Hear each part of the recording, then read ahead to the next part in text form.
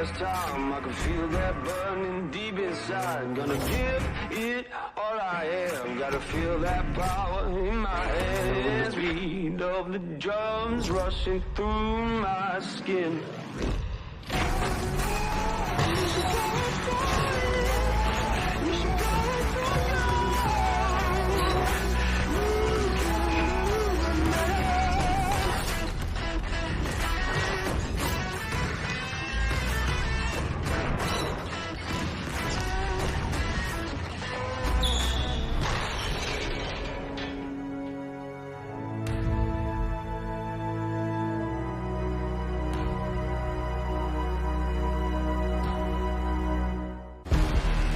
The Glasgow Rocks started the season so promisingly, but they've been on a real tilt recently. They have a great shot at silverware, so it's imperative they start finding their groove again soon. The Lions are really flying at both ends of the court, playing some great offense, great defense. They're playing at a really, really high level. I'm coming up. Johnson driving in, dropped it back, and now he's throwing down the jam. Williams taking things into his own hands. He gets all the way to the rim and lays it in. Cagini in the corner for three, strings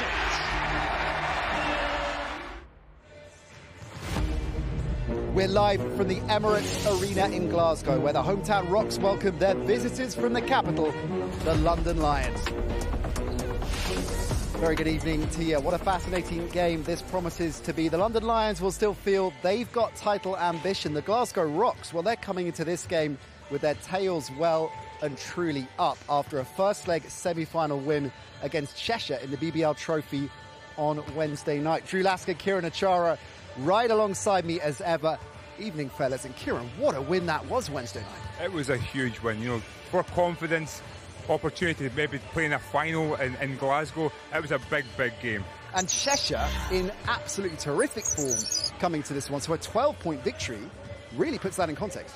Definitely. And, you know, we've never doubted the Rocks offense. They've been shooting the ball extremely well. You know, the big players stepping up, making big plays. Here, Johnson knocking down the three. It's always raining threes here. It's great to see Jack Donnelly really stepping up in the absence of Ali Fraser as well. A real confidence builder for the Glasgow Rocks. And Jordan Johnson looked to his normal self, getting downhill, being explosive, and creating open opportunities for his teammates. Now, the second leg of the semi-final on Sunday. So how much is that going to be on the Rocks' mind tonight, Drew? Well, it's obviously that it will. This is a great opportunity ahead to play in a final at home. But you can't forget about this London Lions team, because if you take your attention away from them, you could easily get devoured. With the final, with the final here in Glasgow, Kieran, how much will that mean to these Rocks fans if Glasgow make it? This is what it's all about. You know, you want to have the Rocks in the final. Most people want to have the Rocks in the final. Actually, not everyone. Cheshire definitely don't want to have the Rocks in the final at this moment in time. But it'd be a great story. You know, we're always talking about building the game, growing an audience. What best way to do it in the big stage? And of course, tonight could be a dress rehearsal for that BBL Trophy final, because London looking good in the other semi-final. Yeah, it could be a little appetizer to the main event in a couple of weeks, but tonight is just about the league. Both of these teams are fighting for something, and they have to focus on tonight. Devouring appetizer, you're on fire with your culinary anecdotes there. Let's roll into the championship table and take a look at the context. Leicester still lead the way with only one loss all season long. Cheshire in second. Sheffield, Manchester and Newcastle all very much hot on their heels. London, well, they've got games in hand, hence their sixth spot. Bristol, they currently hold the final playoff spot, but a win tonight for the Rocks would keep Glasgow's hopes well and truly alive. Bristol in action tonight as they head to Manchester. The Eagles welcome the resurgent Plymouth City Patriots, who took a game from London last week. Bristol return home to face the league leaders Leicester tomorrow night. On Sunday, the Lions are back in the capital to host the Sharks. In Manchester, well, they entertain Surrey. The Rocks on the road in Cheshire for that second leg of the trophy semi-final on Sunday. And so the Rocks coming into this game tonight in very good form. They had that win on Wednesday night against Cheshire. And before that, in the league, they beat the Sheffield Sharks on Sunday, which snapped a 7-game losing streak, which stretched back a long, long way. And Jordan Johnson in exceptional form again, Drew. Yeah, like I mentioned, he's back. But this was a terrible loss for a Sheffield Shark team who had been rising. And previously, a couple of weeks before, Rodney Glasgow mentioned that they can win the championship.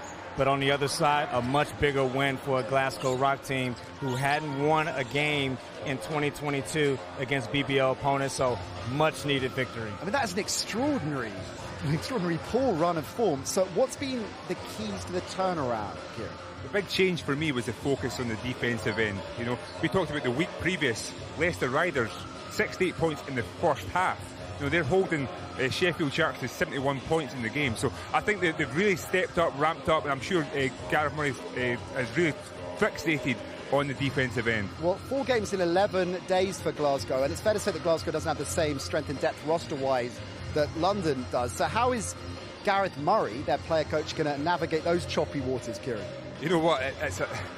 I'm glad it's Gareth's job and not mine. You know, I think right now we are thinking about the second leg for the final place in the trophy, but then at the same time, they have not won many games in the league. They're not in play of contention at this moment in time. Ali Fraser missing from the roster for the rest of the season. Of course, he's recovering from surgery.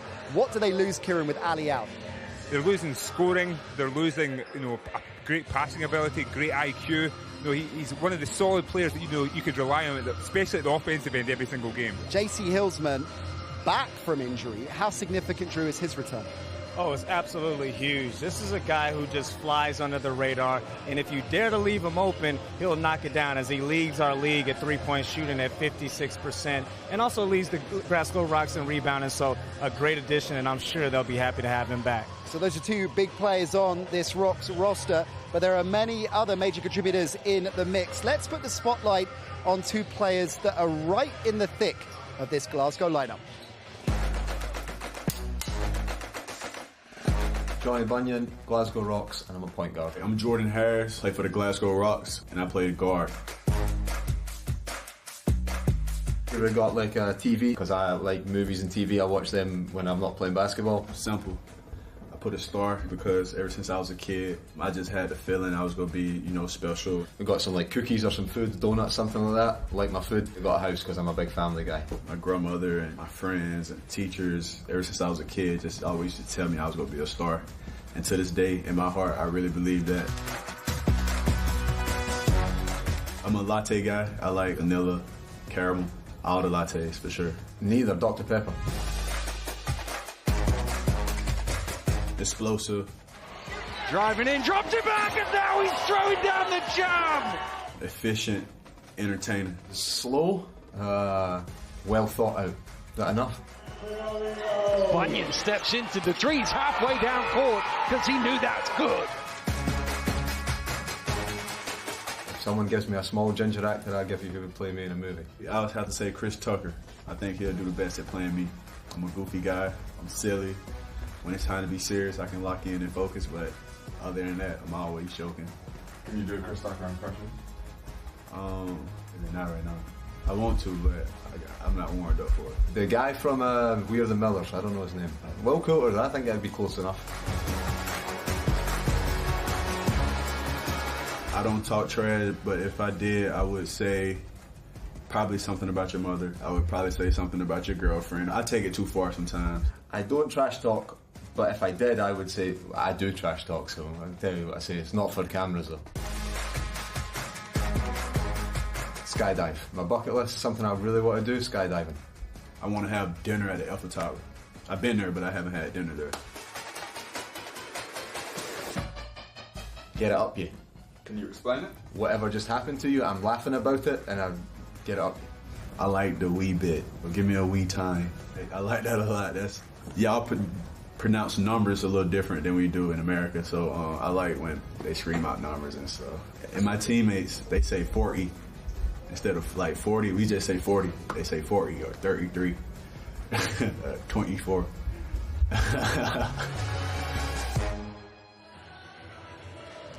Jordan Harris had been working on his accent. Not bad, but not a patch on your Geordie accent, Drew Lasker. Why, aye, man? Freezing like? So do the Geordie accent now. Come on, Nat, man. Give me some credit, man. Wow. Kieran, we all know that your favourite word is disgusting. We hear it every week, of course, at halftime during the Plays of the Week. What's your favourite Scottish saying? honestly, I can't believe Johnny just said get it up you, but my favourite is a right wee man, because obviously being really tall, you have a lot of sarcastic fellow Scotsmen. So a right wee man is my favourite. When you say it to me every week, not being sarcastic, minus the irony. They're your two key players in this rock side. Let's look at Johnny Bunyan first of all. Interesting as well, given the fact you said he likes to trash talk. He is one of our mic'd up players tonight, so looking forward to seeing that footage a little bit later on. He was brilliant when we saw him a few weeks ago against the Eagles. Got going from downtown, and that's very much his MO. He averages 50% from the three-point range. So how will the Rocks look to get him open tonight, Kieran? It's just, I guess it's with Johnson's penetration, with Johnson and Bunyan playing together, it's going to leave him a lot open, because Johnson's really good at penetrating to the basket. But for me, Johnny has been so consistent this season. It's been the most consistent I've ever seen him play, so kudos to Johnny. Wow, and you go way back with him, so that is high praise indeed.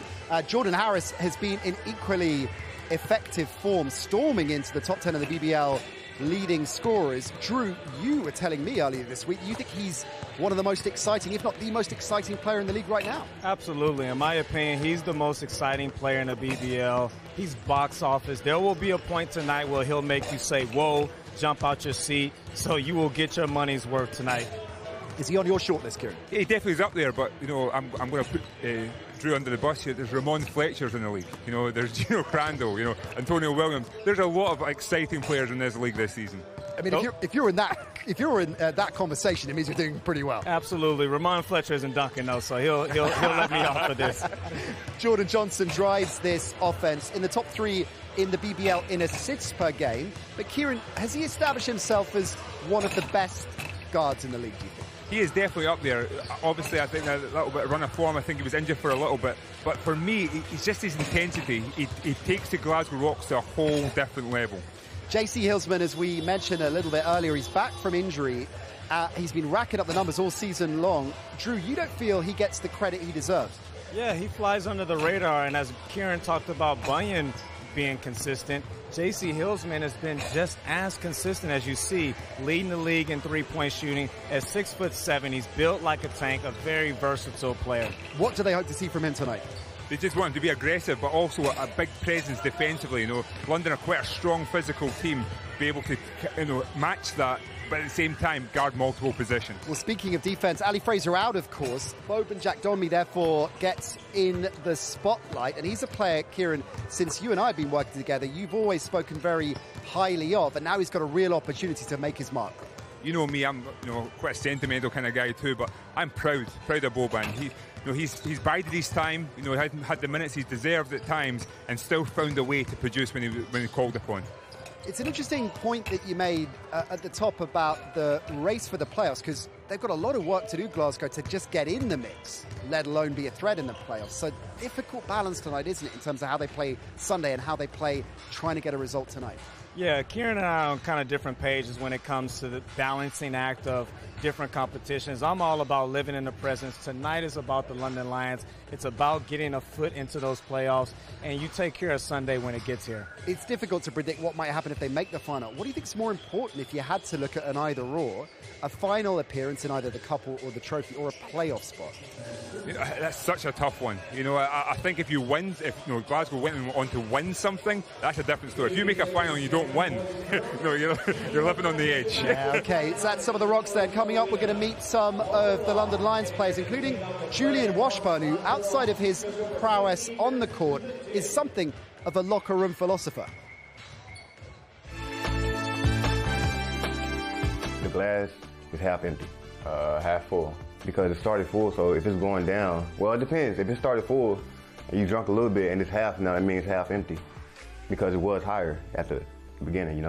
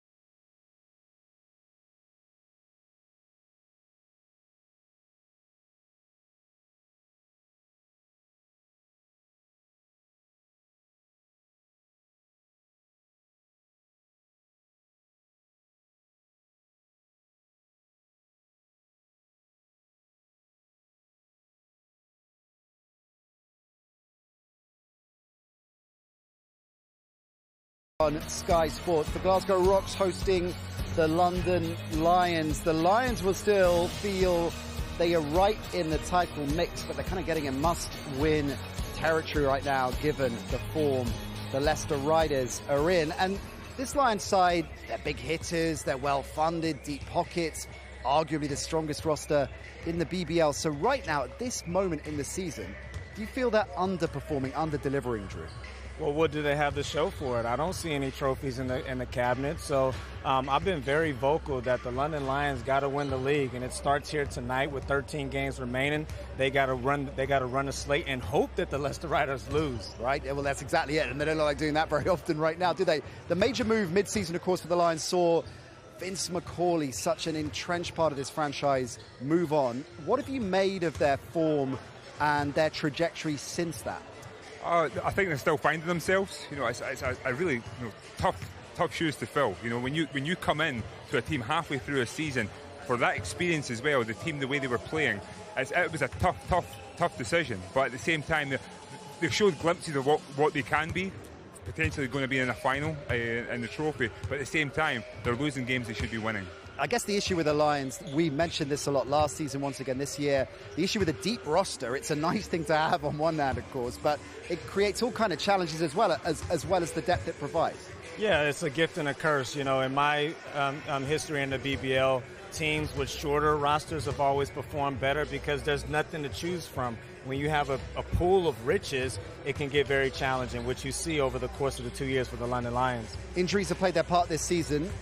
Jordan Williams still absent, as is Josh Ward-Hibbert. Justin Robinson, though, Kieran back, and what a welcome return that is. No, big, like I said, when you talk about consistency and steadying the fort, Justin is that guy. You know, he's got all the experience in this league, MVP status, and at the same time, he's been carrying injuries all season. Hopefully he's coming back to full health. It's interesting what you say about finding their rhythm, finding their identity. If you compare them to Leicester, I mean, they've got a lot of depth as well, but Rob Paternostro knows his starting five, knows his identity. Do London know their starting five? Definitely not. And like I said, there's a whole culture build that's going on at this moment in time. You know, Coach Fear is finding himself, finding his identity, and the players are learning to adapt to that. There is no doubt the talent running through the roster, including the American duo of Isaiah Reese and Julian Washburn. We put both of them under the spotlight. My name is Isaiah Reese. Julian Washburn, point guard. I play small forward. And I play for the London Lions. Quick, unstoppable, unguardable. There's a Reese from miles out. Isaiah Reese with the long three. I say athleticism, toughness, and IQ. Incredible, the ability to jump from one side of the rim to tip it back from under the other. Wow, what a play. Something on my bucket list would be skydiving. Make $1 million.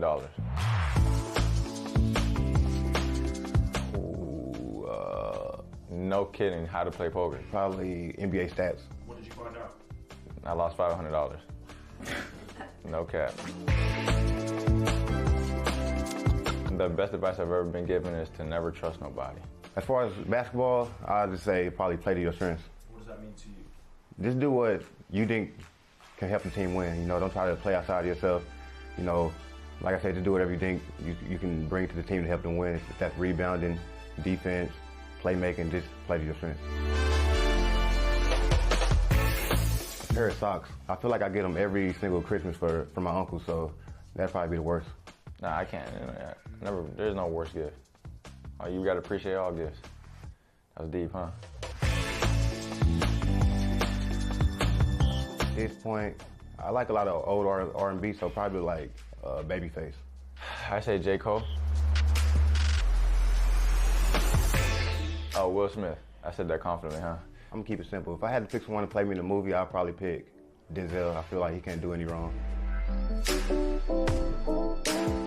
Favorite sport other than basketball would be football, and that is American football. Boxer, for sure. Do you have a favorite boxer? My favorite boxer right now would probably be Earl Spence, Deontay Wilder. I know he just lost, but probably those guys. Half full. Why?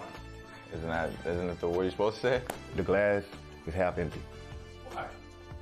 because it started full. So if it's going down, well, it depends. If it started full and you drunk a little bit and it's half now, it means it's half empty because it was higher at the beginning, you know.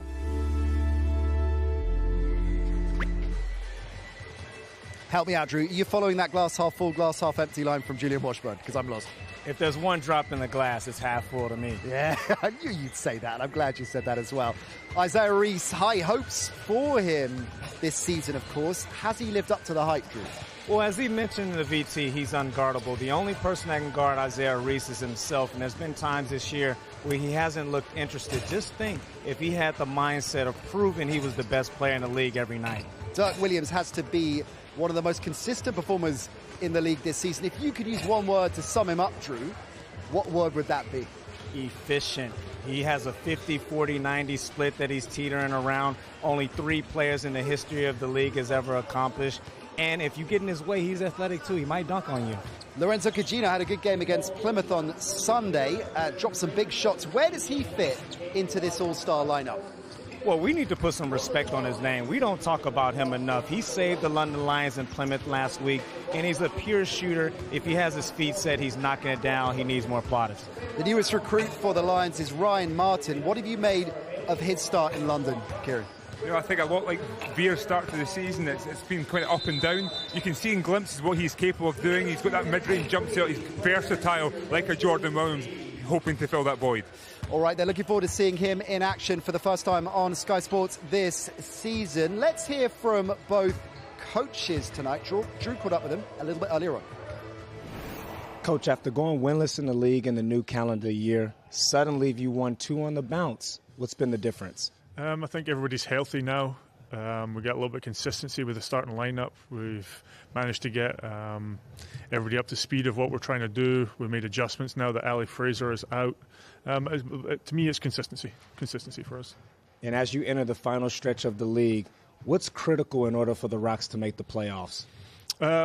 Right now, our main focus will be we've obviously got a game tonight, but our focus to try to make that cup final. We play Cheshire on Sunday.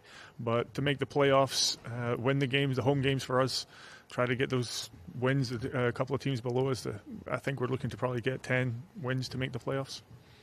And the London Lions roar in. What's your thoughts on them this season? Up and down for them, to be honest with you. This is the first time we've seen them. We're now into March, so it would have been nice to see them when they had their European schedule. But we see them now in March. They played well in Europe to me. I think they played good basketball, good team basketball. A little few changes now with the guys left them for the European stuff, but they'll be trying to find themselves and push themselves up the league. What's the keys to getting a win tonight? For us, it's going to be defense. It's defense, sharing the basketball, playing team basketball for us.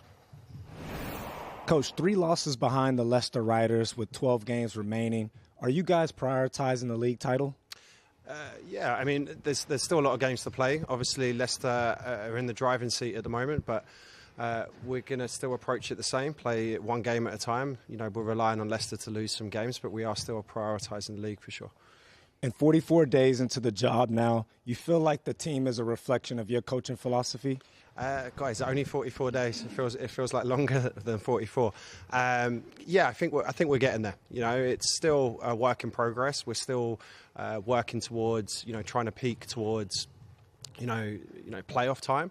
But I think the guys understand the concepts both offensively and defensively that I've tried to instill. And potential trophy finals preview. What's your thoughts on the Rocks? A very talented team.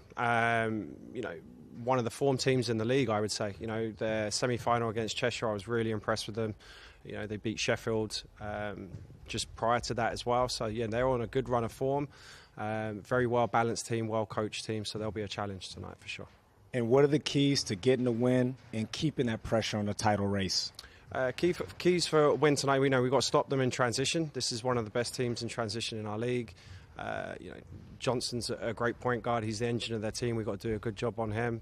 But like I said, balanced attack. They got 3-4 guys that could really hurt us. So we've got to lock in defensively, and then offensively, we've got to keep moving the ball and try and get a good shot every time down the floor. The Lions head coach James Veer. Before that, of course, the Rocks player coach Gareth Murray, the only player coach in the BBL, and right on cue, making his entrance onto court. He has played, well, let me put it another way. 6 players on this Rock side have played more minutes than Gareth this season? Is he playing enough? I would say no. I don't think he is playing enough, but at the same time, he's saying that he is doing a better job of coaching. I was looking at the plus-minus the other day. When he's on the court, he has been their worst player, per se. You know, and I know there's a lot of different things that come into that, but at the same time, he feels more comfortable in that coaching role at this moment in time. How tough a dilemma is that for him this season?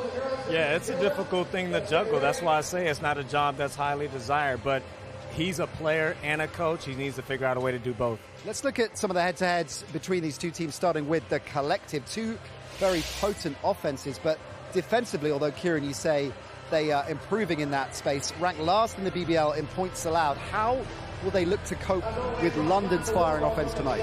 Well, I think obviously they have to take away the London three-point shot, which is, you know, historically something that London does. But at the same time, you've got a guy like a Boban Jack Donley has to kind of stay at full trouble and protect the rim when they kind of drive to the basket as well.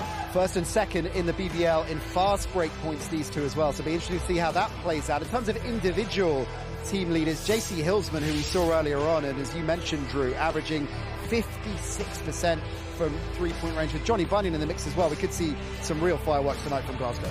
Yeah, both teams like to play fast, get up and down the court, so we got an exciting game on our hands. Both teams can shoot it well, so this will be a very efficient night.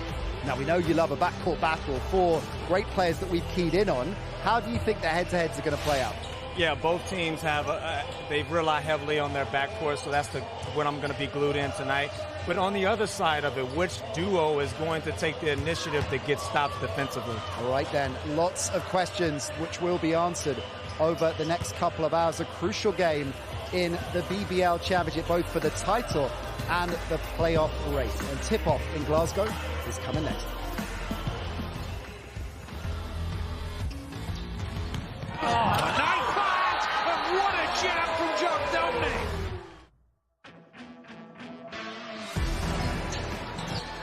Reese for three, hits it! Isaiah Reese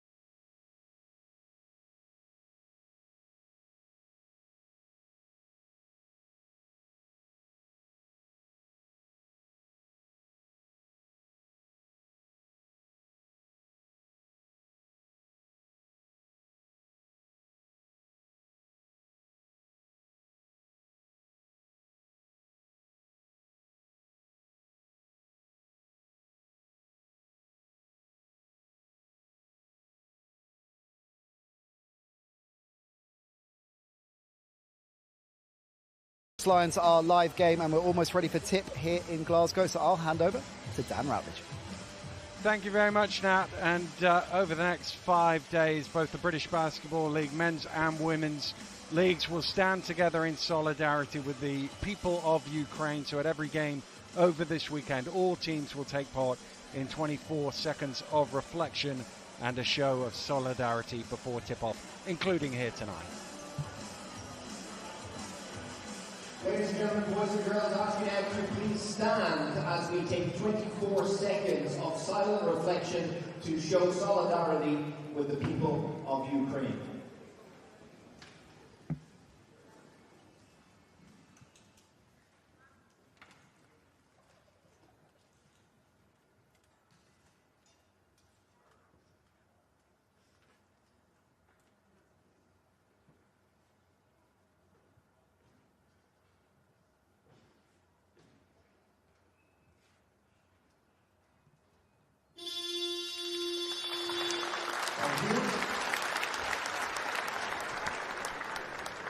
Well, with the action about to get underway, let's take a look at the starting five for tonight's game, starting with the Glasgow Rocks. And obviously, without Ali Fraser, they actually go bigger now with Johnson and Jack Domney in the lineup, rather than early in the season they had their shooters around Ali Fraser. Well, Bubba, Jack Domney has proved that he's very efficient, and this is a team that scored 41 points in the paint, and they're going to need Johnson and Jack Domney firing this evening. And at the other end of the floor, with the addition of Ryan Martin, that's also increased the size of the London Lions, so they can match up with that pretty well. I think the coach knows their prowess inside. Kyler Kelly, 7 foot. Ryan Martin, 6'8". Good big size inside there. And don't forget Reese and Williams there on the perimeter ready to knock down shots. Well, we've talked in the build-up of how important it is for the London Lions just to keep on winning, to keep that pressure on the Leicester Riders at the top of the table. The most important thing for them is that the next loss between either London or London is Leicester and not them. It is. It's a must-win for both teams. You know, you've got the Rocks fighting there to get into that playoff spot, and you've got the London Lions striving for that top spot, chasing that ever-consistent Leicester Riders. It was interesting, the balance between Drew and Kieran there in terms of how the Rocks play this, given the importance of the game on Sunday, that second leg trophy semi-final with the final just the other side of the wall here in the big hall at the Emirates Arena. It is a big carrot, but they cannot fall any further back in the playoff place by just giving games away. They've got to keep going. They're like siblings, Drew and Kieran. You know, they're always wobbling. Always wobbling. Well, Drew will just get his medals out at the end of the day and win that on. Yes, he will. We are underway. It is the London Lions who get the opening possession here at the Emirates Arena. There, Reese with the ball. Down low to Washburn. Looking to use his size mismatch over Jordan Johnson, but a long way short. It's a huge mismatch there, and Washburn really wasn't able to take advantage of it. A fadeaway jump shot, you can get that any point in the game. Here's Harris. Back to Bunyan, open for three, dangerous, but he misses on that occasion. Oh, Kelly couldn't get his hands on it. And the Rocks get a new possession. Johnson to the hole, blocked from behind by Williams. Still, the Rocks have it though, and there was an accidental reset of the shot clock because the shot was blocked, so never hit the ring. I think the 24-second shot operator thought London was going to get the ball, so made a mistake and pressed reset. It's really good defense though from the Lions. Derek Williams was clearly beat off the dribble by a very quick guard in Johnson, but he kept chasing. Good block shot. If he didn't block it, I'm sure Carly Kelly would have. 7 on the shot clock now. Here's Bunyan again. They've gone under the screen. Well, they've dodged the bullet twice, but they can't get a rebound, London.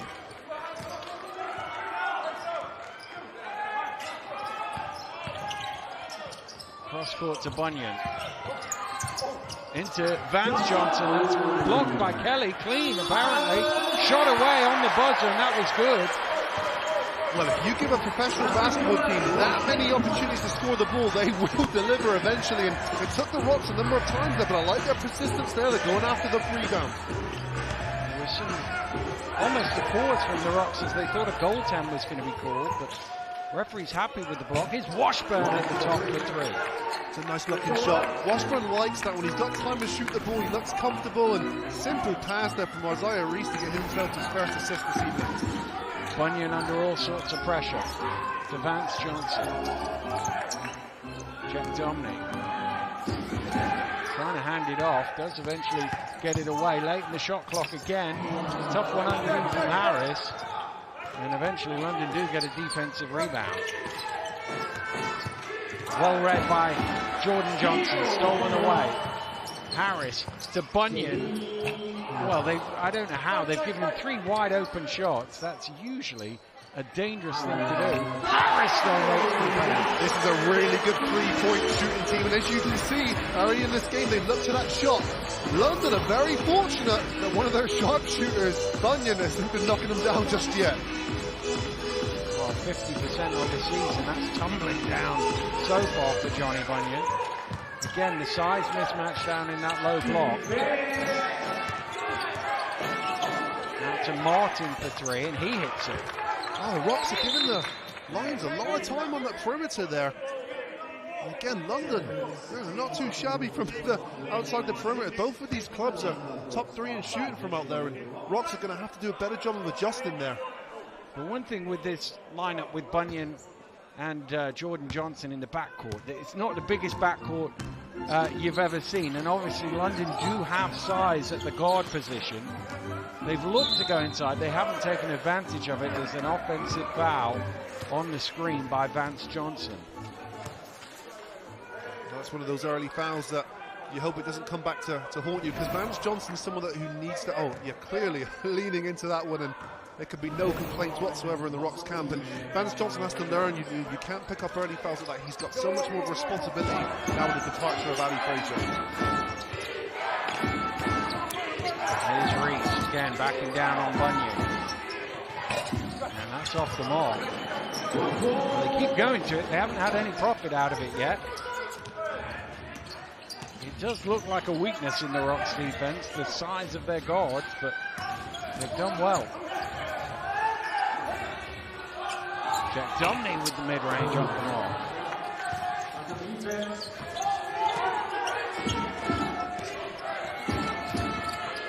Here's the lob to Kelly. We've seen that. That is vintage London Lions.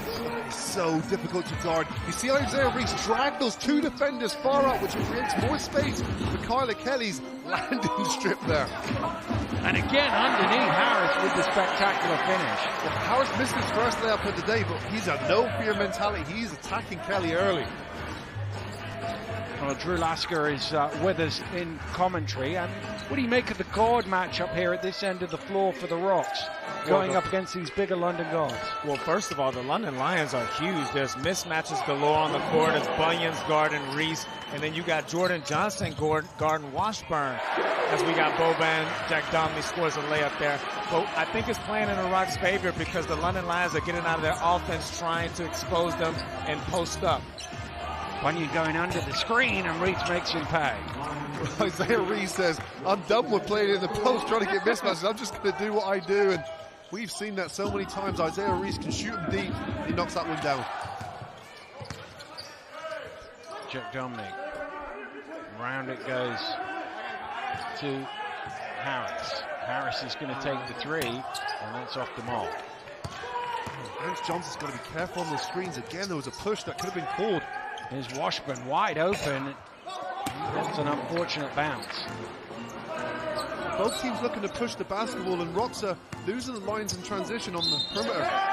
Good work from Johnson there to draw that foul. He'll go to the line for a bonus. Gareth Murray said, what's the reasoning behind this 2-game winning streak? And he said, we're healthy. I think number 11 is a key point to that. Johnson was, MVP candidate in the talks at the beginning of the year. He did pick up an injury. He was playing through it, but I think he's turned a corner because his health is there. He's had 2 remarkable games, the last 2 the Rocks games where they picked up the win. Yeah, I totally agree. 2 weeks when I spoke to him in Newcastle, he said he wasn't 100%, but speaking of the last few games, he looks back to his regular self. John Williams off the mark. Quick outlet towards Jack Domney. It does get there. It didn't look like it was going to, but Jack Domney's able to finish the play. That's a great pass. They get possession of the basketball, they're out to the races. Nice finish.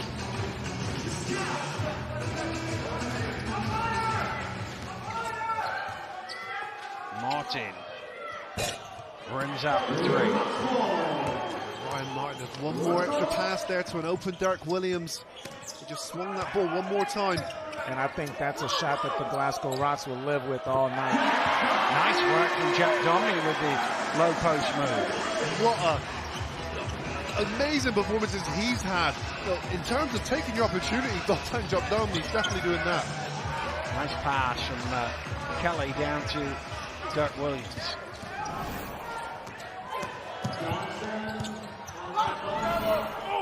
Quickly down court, Boban Jack Domney scores again. He started well here. 8 early points. His confidence is sky high right now. And again, we said this from last year. He's a guy that can score the ball in efficient ways. Reese knocks down another 3. And he's a guy, you can't go underneath the screen. Harris has to realize that. Reese averaging 17 and 7 this year. You go under, he'll make you pay.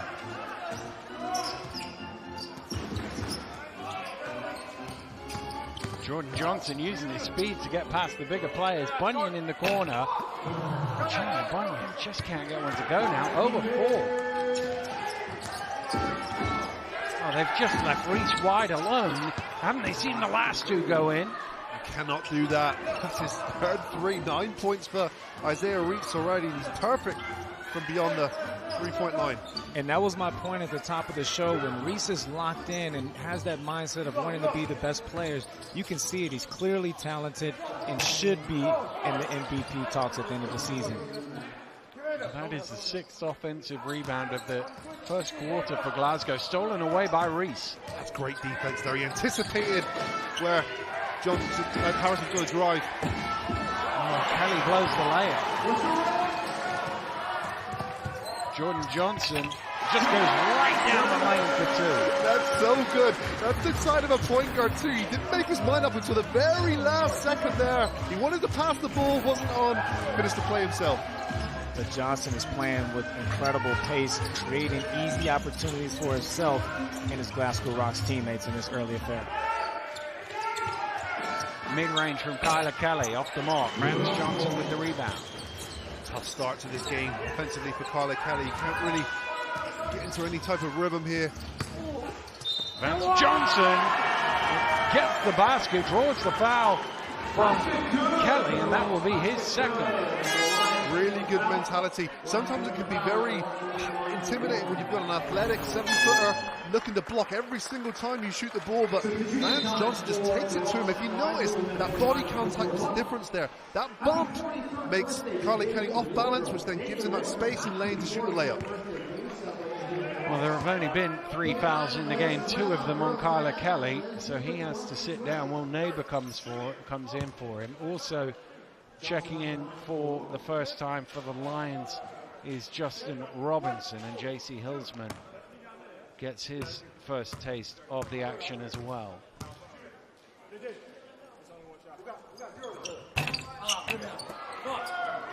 Vance Johnson can't convert the 3-point play.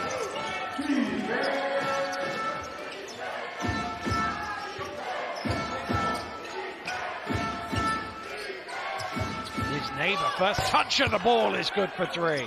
Well, that's what Will Neighbor does. I mean, he is on that scout report. Do not let him shoot. First touch of the ball, the Rocks defense, give him that shot. And that's the issue of being inserted mid-season. Vance Johnson not understanding the scout report. That's not the first time that I've seen him have a soft closeout. He has to run these guys off the line. They're too great of a shooter. Good steal from Robinson, and Reese takes it all the way. Reese has 11 points and 4 assists in 9 minutes. He looks unplayable right now. Great hands from Justin Robinson there. Welcome back to Justin, which starts that one-man machine in Isaiah Reese all the way to the rim. Harris pressured well by Washburn. Oh, in the end, he just gets called for the hold foul. It's a misfortunate call there. I really like that energy from Julian Washburn. High pressure there, making Jordan Harris work. Not a lot in there for me. Well, I got a lot of love for Washburn, just realizing that he's from my lovely town of Houston, Texas. Went to high school in Dallas at Duncanville, so really rooting for him. Gareth Murray, the player coach of the Rocks, into the game for the first time. Jordan Johnson for 3 off the mark. The Rocks, normally a very good three-point shooting team in this building, just 1 of 7 in this first quarter. His neighbor trying to add to his tally. I think all the shooters got the memo that this is a good place to shoot because three-point shooters are putting them up tonight. Kicked out to the corner, and Hillsman doesn't get the home court roll. He's one of those guys, probably the least talked about superstar. You know, plays and numbers this year, 16 points a game efficient and leading the league in three-point field goal percentage at 56%, which is got to shoot here. Reese gets it away in time, but it's off the mark. And that will do it for an opening quarter where the London Lions have lit it up from behind the arc, 6 of 10. The other end of the floor, Glasgow Rocks just 1 of 8 from three-point range, but the game still very much in the balance. It's the Lions who lead by 3 at the end of the first quarter. We will be right back after this break.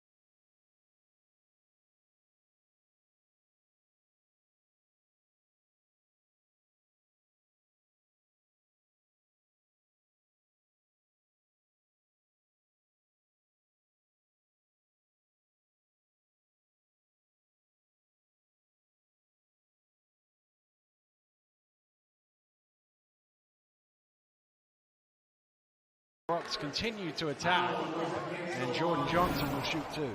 He's done excellent there as well, Johnson. Immense amount of pressure there and contact. Still stayed with the play and found a way to get all the way to the rim and get the foul call. First personal foul on Justin Robinson.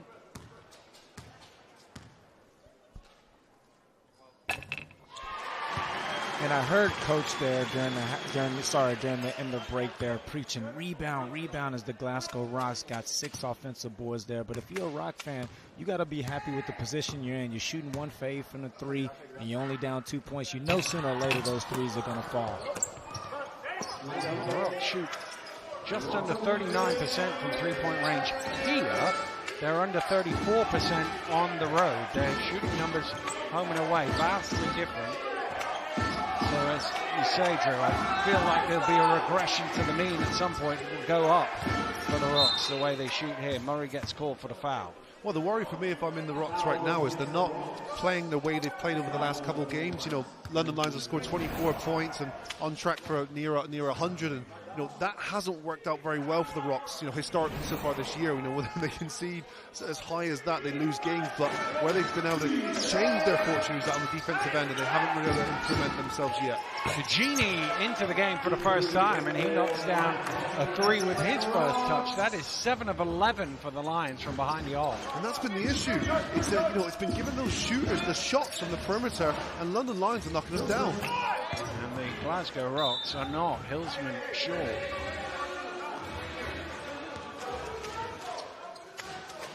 It's good to see Hillsman back out there after he had a 2-game absence, and he does bring that 3-point shooting to the Rocks as he's gone 5 for his last 8 in his last 2 games. So 0 for 2 here tonight, but as you talked about, Dan, men lie, women lie, but numbers don't lie. Well, Fagini certainly has great numbers from the 3-point line, and he's 2 for 2. He is a guy that could just flip a game on his head. He just came into the game, hit 2 threes, 6 points personal, and extended this lead to 8 points. A good follow, but not quite in from Harris. Dirk Williams out in transition will lay it in. Just like that, 10-point lead for the Lions. Really good pushing of the basketball there to get out to the races. And Derek Williams will say thank you very much for those easy 2. Harris getting into the key and elevating. Deflected away off the hand of Robinson last for a Glasgow ball. And like you mentioned earlier, and the Glasgow Rocks don't have the same intensity, the same teeth on the defensive end. And the last team you want to get in a scoring race with is the London Lions, who are littered with talent on that side of the ball, who can open up this game in any second as they currently sit a 10-point lead. 8-1, they outscored the Rocks here in this second quarter as Harris gets the first field goal of the second period for Glasgow. It's a much-needed basket as well. You know, what you don't want is to go into that 3-minute mark of not scoring, and that's when the tightness comes in for all of the teammates because they know it's an issue. Martin going to let fly from 3-point range. Murray with the rebound.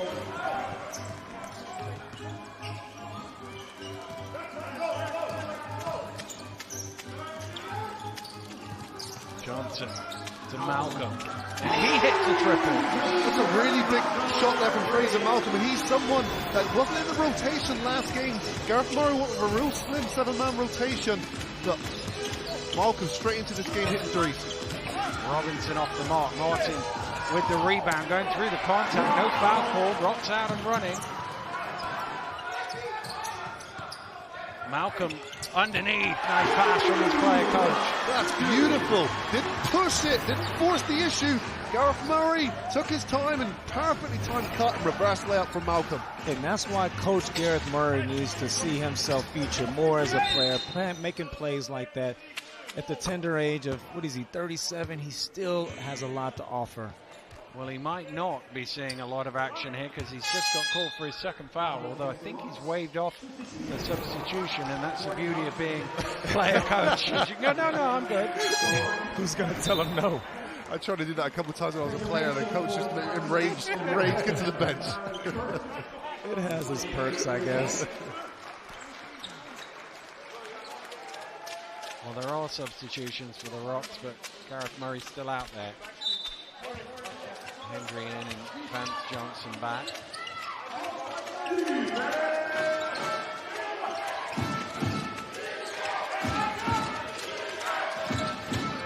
Neighbor at the free throw line. Malcolm happy. Rebound. Having started slowly here in this second quarter, The Rocks have a chance to take the lead in this period. They've scored the last 7. Here's Murray. Mid-range. And he does knock it down. And what was 32-22 is now 32-31. Coach Fear wanting a timeout, but the table didn't see it or hear it before the ball went in. And therefore he didn't get it when he wanted it, but he'll be happy with that outcome because Cugini hit a 3. Sometimes things happen in mysterious ways. In that time, the basketball gods were shining on the London Lions, or Coach Villa. Cugini with another 3, his 3rd triple of the night. Johnson's pass almost stolen away. Malcolm gets it. And Malcolm hits another triple. Wow. Fraser Malcolm injected into this game. 8 points personally, perfect from the field. Knocks it down with a confidence. Wow.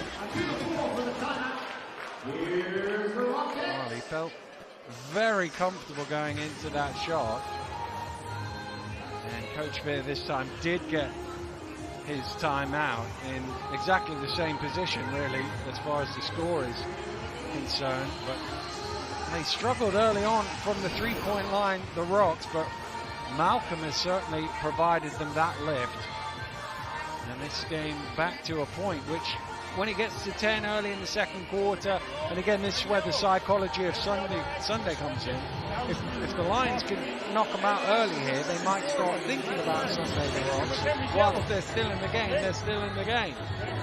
Well, the Rocks, they showed a lot of character in that last 2-minute stretch. The London Lions came out, threw a haymaker, went up by 10, and the Rocks sustained, brought themselves back in the game with the roster of 3 Scots, by the way, against one of the richest teams in the land, the London Lions. So if you're a Rocks fan, you got to be proud, along with the player coach, by the way.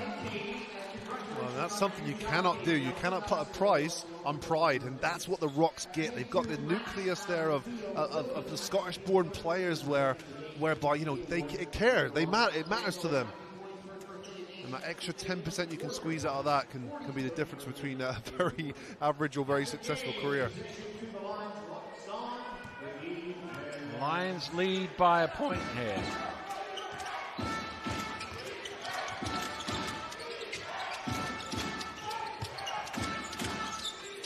Reese. Around the screen. Spinning into trouble, almost loses it. Comes out to neighbor Robinson late in the shot clock. Hits the 3. Wow, that's sometimes where good defense doesn't get rewarded. Excellent defense for about 22.5 seconds there, but ball lies there to Justin Robinson, who'll knock that down all day. 30 of London's 38 points have come from the 3-point line. Here's Malcolm, who hasn't missed yet, and he continues that streak. And it's raining 3s here in Glasgow. Both sides as Johnson gets to the corner. We call that a flood pass. Corner pocket knocks it down.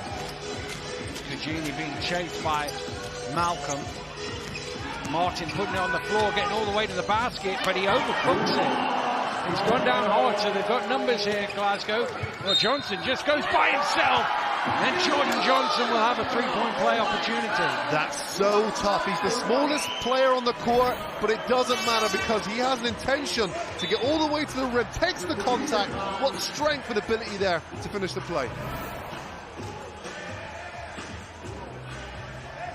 Martin, who went down over the advertising hoardings, has gone out of the game. I think he's all right in all of that.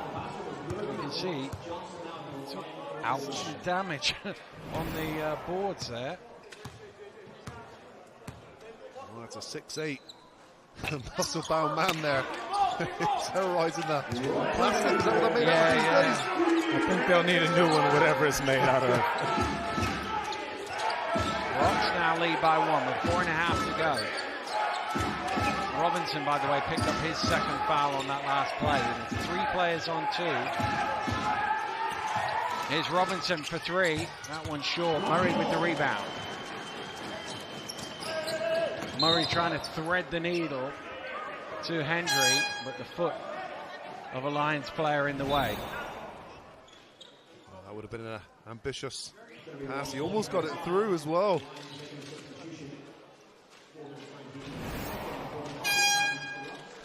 Williams back for Robinson. Bunyan comes in for Johnson, Jordan Johnson.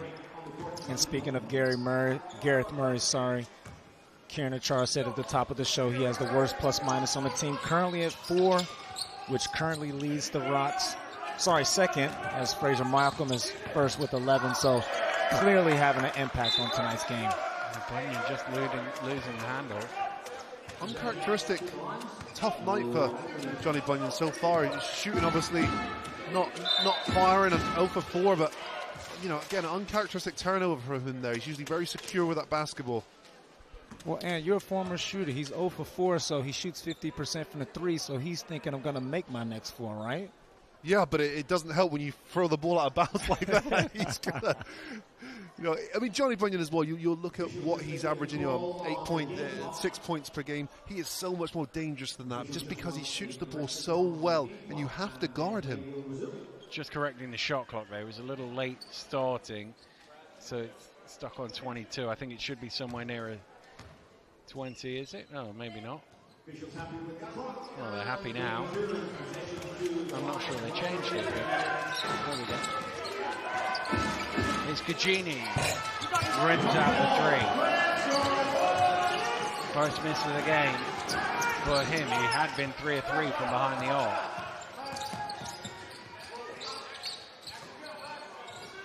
All round the 3-point line. Vance Johnson takes it, and it hits the shot clock, which is out of play.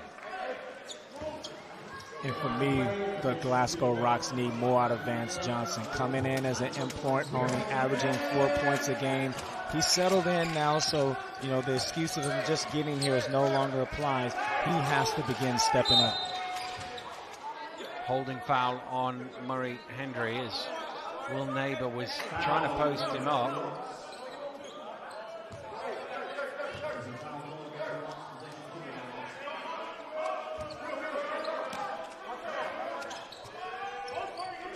Looking to go at it again. Neighbor backing him down to the spin. Hendry does a good job in the end. Does a very good job there. And Will Neighbor has got an array of moves down there. Hendry trying to get back at him the other way. And he has to bail out of that one. Gareth Murray for 3. Rebound Kurt Williams. Reed spinning along the baseline and then just lost it off his own leg. That's so difficult. Johnny Bunyan's done this for years after years. You know, I remember when I would play, we used to try and attack him, but every single year he gets better and better. I've been able to defend guards as athletic and as big as Isaiah Reese, and on that occasion makes him turn the ball over. Great defense.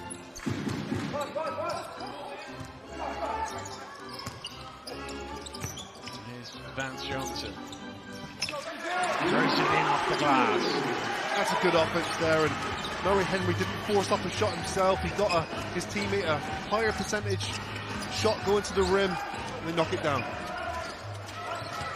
Cagini driving to the hole, kicks it out. Dirk Williams in the corner. Back to Neighbor. He'll take the 3, and suddenly the 3s are going slightly off for the London Lions when they were all going in early on. Well, they're relying on that 3-point shot. You know, you live by the 3, you die by the 3, and right now, London Lions are trying to shoot themselves back into this game. Well, they've taken 18 threes in the first half. Murray is short.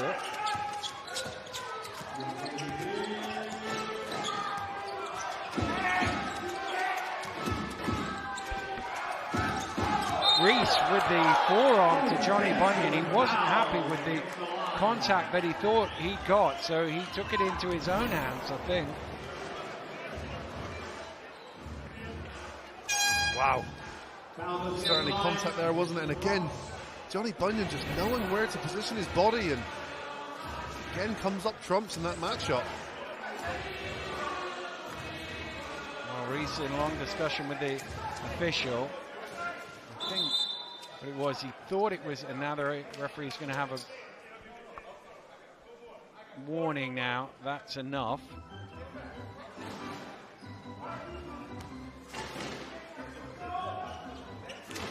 I do think sometimes it's the stereotype. You look at Johnny and he doesn't look, as you say, like the most athletic. You know, he's not the biggest, he's not the quickest, but he is effective, and it can annoy people in some ways. Yeah. I mean, you can't have as long as a career he's had without being effective. And Malcolm is able to score inside. Talking of effective, 13 points, perfect from the field. Fraser Malcolm has been that hot hand. Well, Bunyan knocked that one away. But the referee just signalled 13 there. I'm not sure who that is. It must have been Bunyan.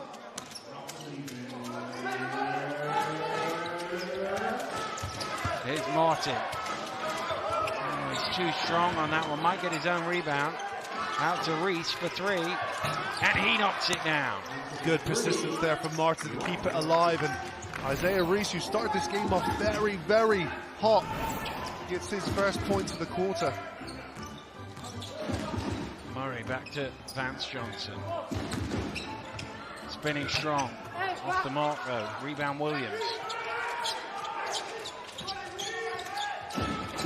Reese cross court to Dirk Williams, all string for three.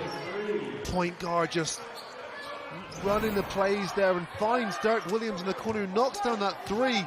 We've seen so many times Isaiah Reese assist number 4.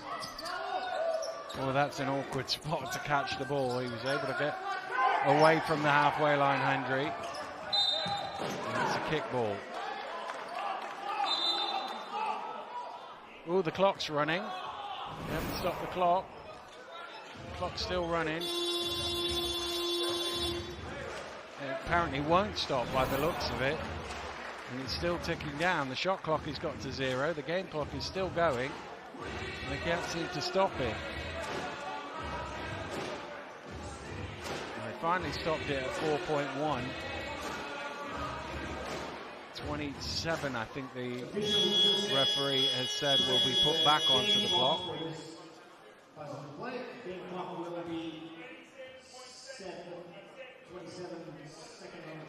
Well, he was right on the spot, because I think he's given them 27.6. That is good vision to pick that one up.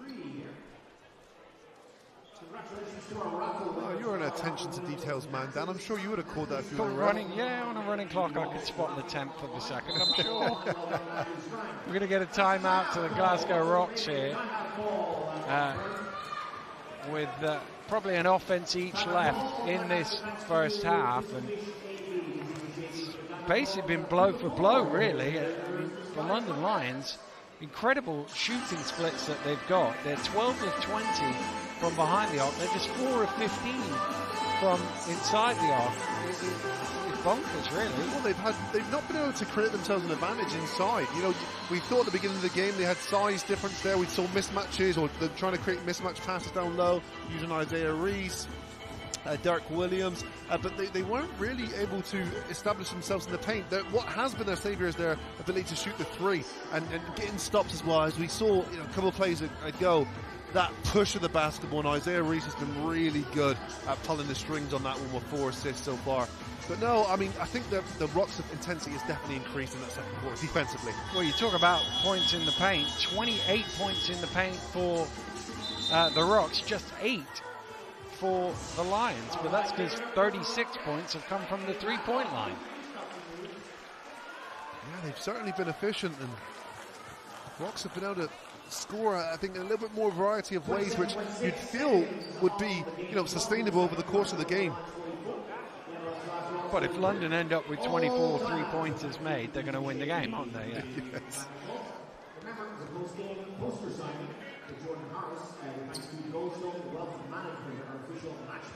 So here we go, 27.6, and it will be a sideline ball.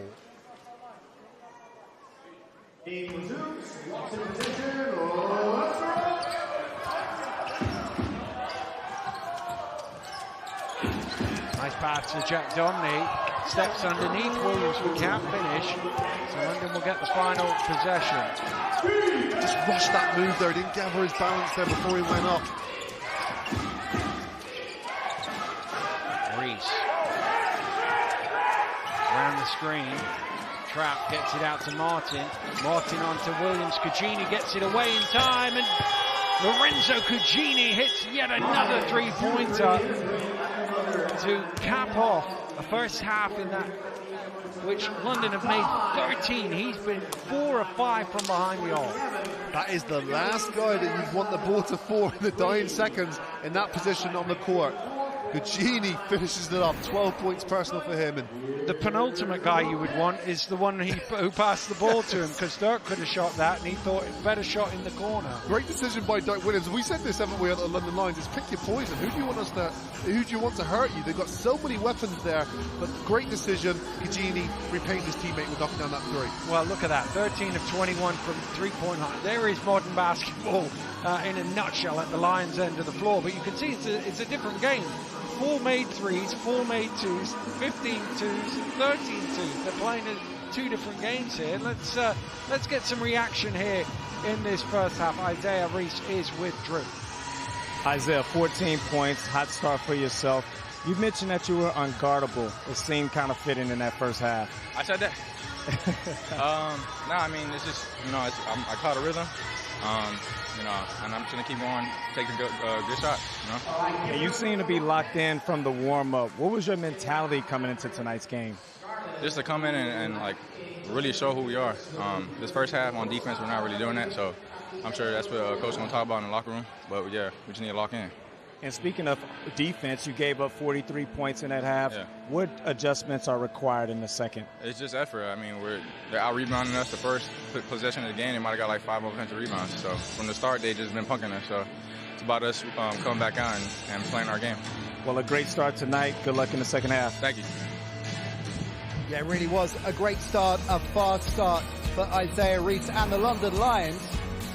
And they go into the locker room with the lead, but the Rocks will be frustrated with that, because after being 10 points down at one stage in the second quarter, they fought back. But it's London with the edge. Reaction and analysis coming next.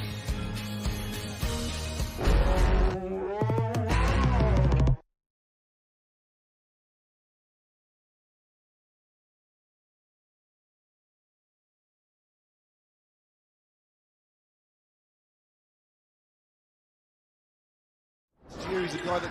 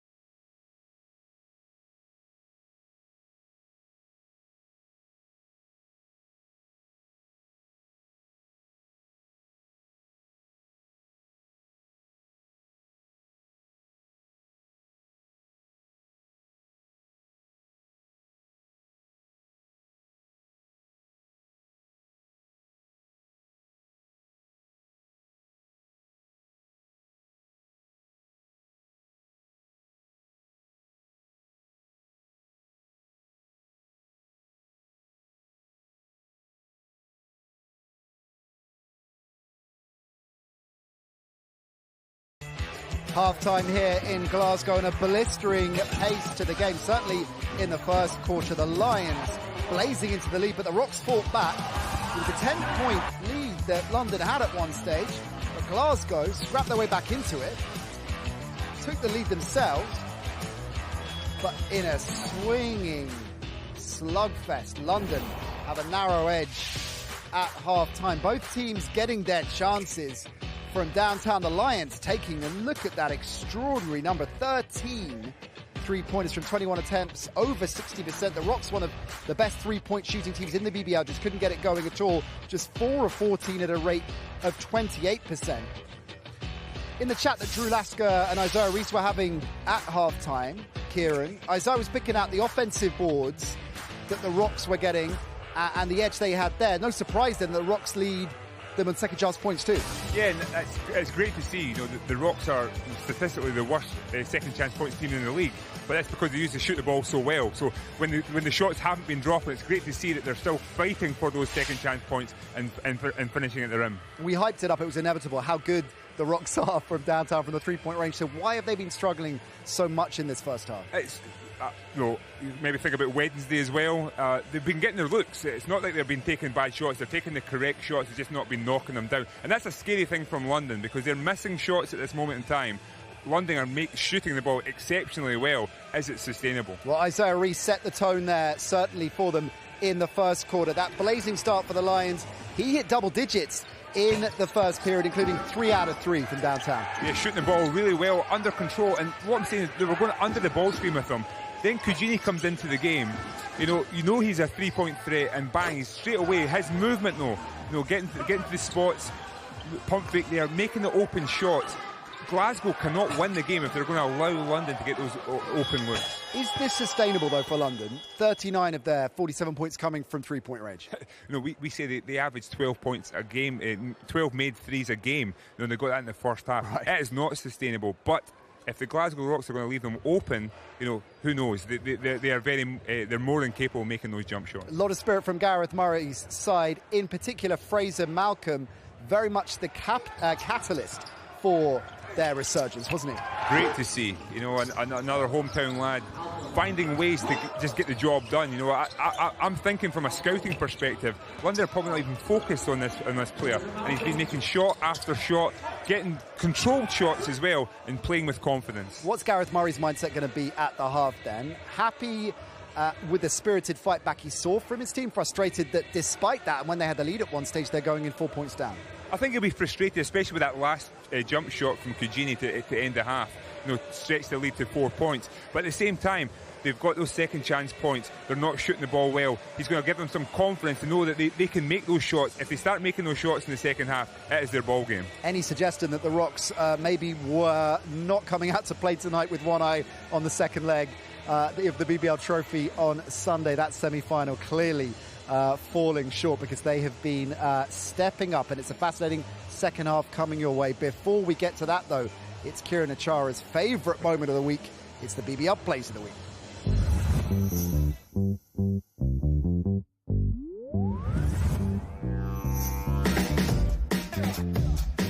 Here's Davis.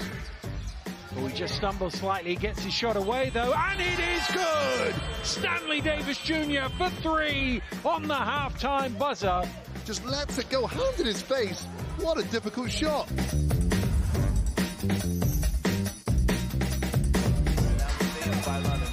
Antonio Williams puts it back. I've watched them in warm-ups. Watch out. Stay out of that young man's poster.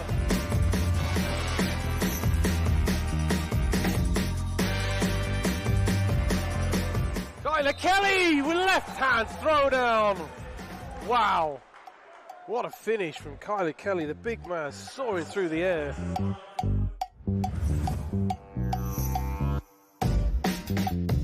There's only 8 on the shot clock, 6. Kujini wide open for 3. Game changer right there. Knocks it down, and the lead with 8.2 seconds left is 4 points.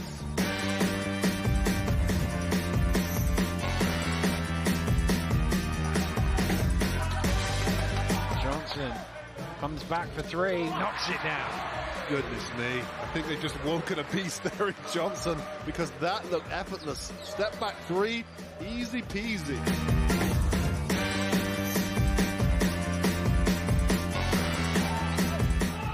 With a nice spin. Oh! And the two-handed hammer. Goodness me. Demby with a spin baseline. Rollback of the years, high above. Dunk finish. Oh, big man, it's a tough call again. Definitely. You know, last week I was talking about Teo's play was probably definitely going to be there. Yeah. There was so many other big plays. And I'm going to have to give it to probably the most exciting player in the league, Drew Lasker. Antonio Williams. That was disgusting. You know, he's playing above the rim right now, resurging the Plymouth Patriots. Yeah, that was the most disgusting play of the week for me. A worthy winner. I can't argue with that. Although, honourable mention to Stanley Davis slipping and then still pulling off that shot. Definitely. You know what? I think we expect that from Stanley. He's always making big plays. Now, looking at the second half, do you expect to see defensive adjustments from both sides that will limit the number of looks that both sides have been getting from the three-point range, or do you think it's going to be more of the same and it's whoever has the hotter hand that will take this? I would like to say there's going to be adjustments. You know, we were talking about from a Glasgow Rocks perspective, they went some zone in that first half, and I wonder if that's a bit of load management as well for Sunday. So I do expect to be some adjustments. If not, there'll be some angry coaches out there. All right, it's a fascinating second half in store. If it's anything like the pace we've seen in the first half here, we are in for a treat. London have so much to play for in terms of the title race, but they've got to win those games in hand. So a crucial couple of quarters coming up in the BBL Championship. The second half is coming next.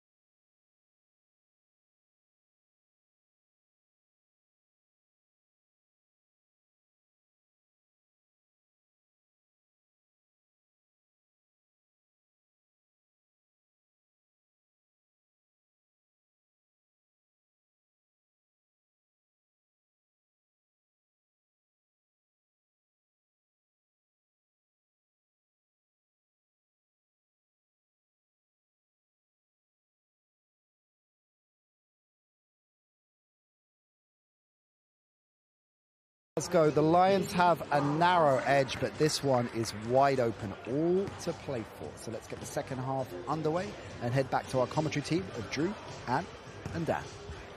Thank you very much, Nat.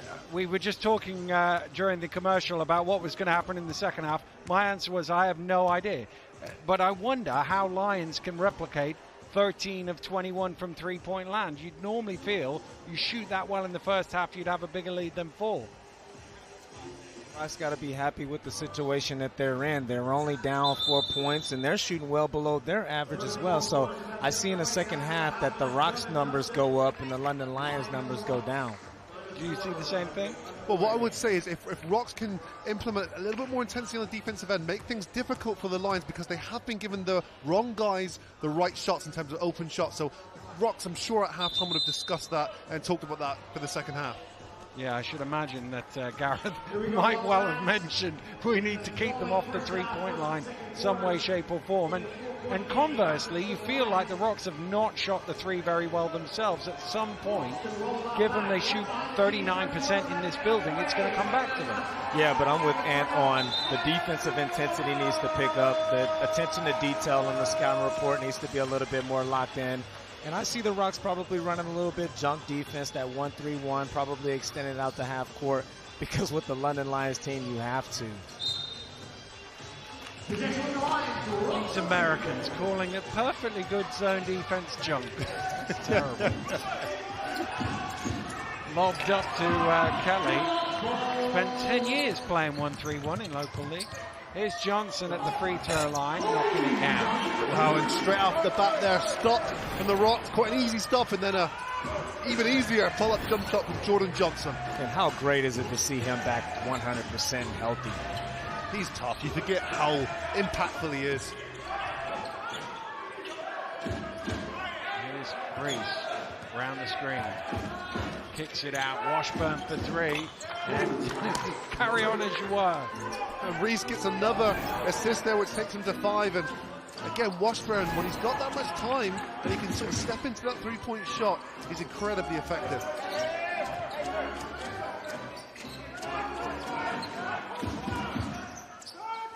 Johnson.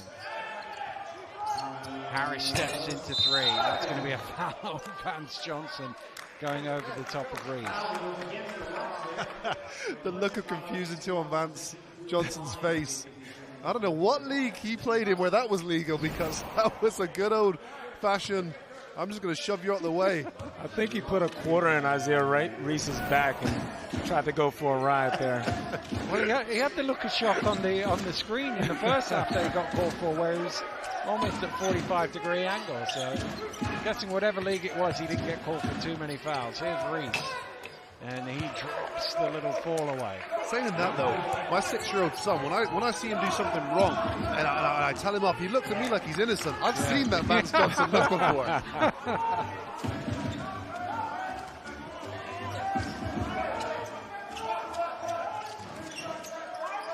Here's Harris.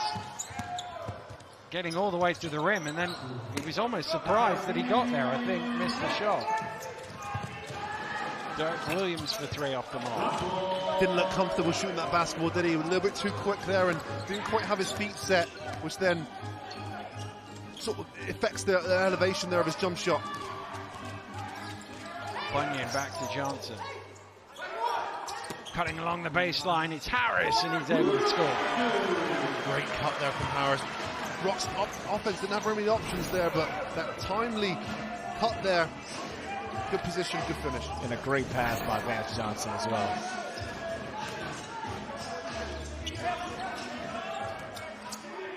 Derek Williams hits another triple. You see how much more comfortable he was in shooting that, and just looks effortless, doesn't it? 15 now for the Lions. 45 points from behind the arc, and the Rocks have 47 in total.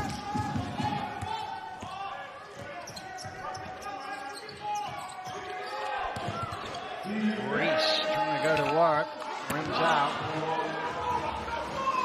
Speed of Johnson going coast to coast out to Bunyan. Vance Johnson off the mark. Jack Domney with the offensive rebound.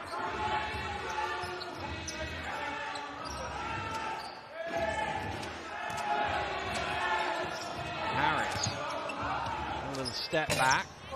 Vance Johnson tucks it in. Rocks doing what they did at the start of this game very well, and that's crush the offensive glass. Got a couple extra opportunities there and finally got it to go. but this is the side of the ball that they got to improve on. Giving up 8 points already in this quarter. They got to dig in and get a stop. Shot clock down to 5.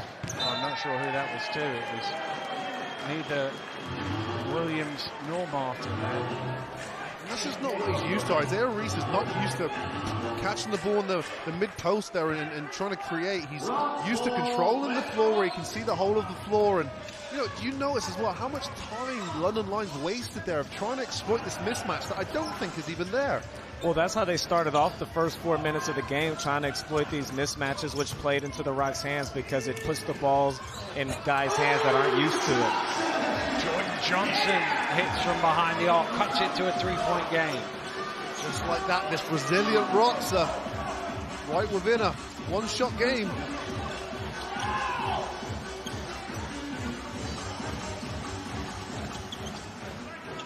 Washburn now for 3. Lions just keep on going. Are you sure this isn't sustainable, Dan? No, I'm starting to regret saying that.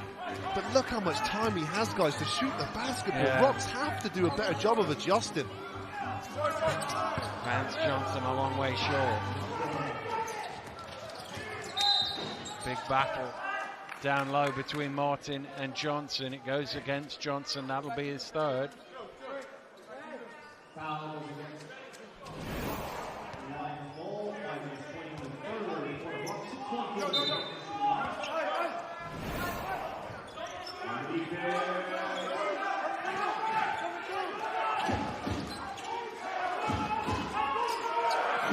Reese from deep off the mark.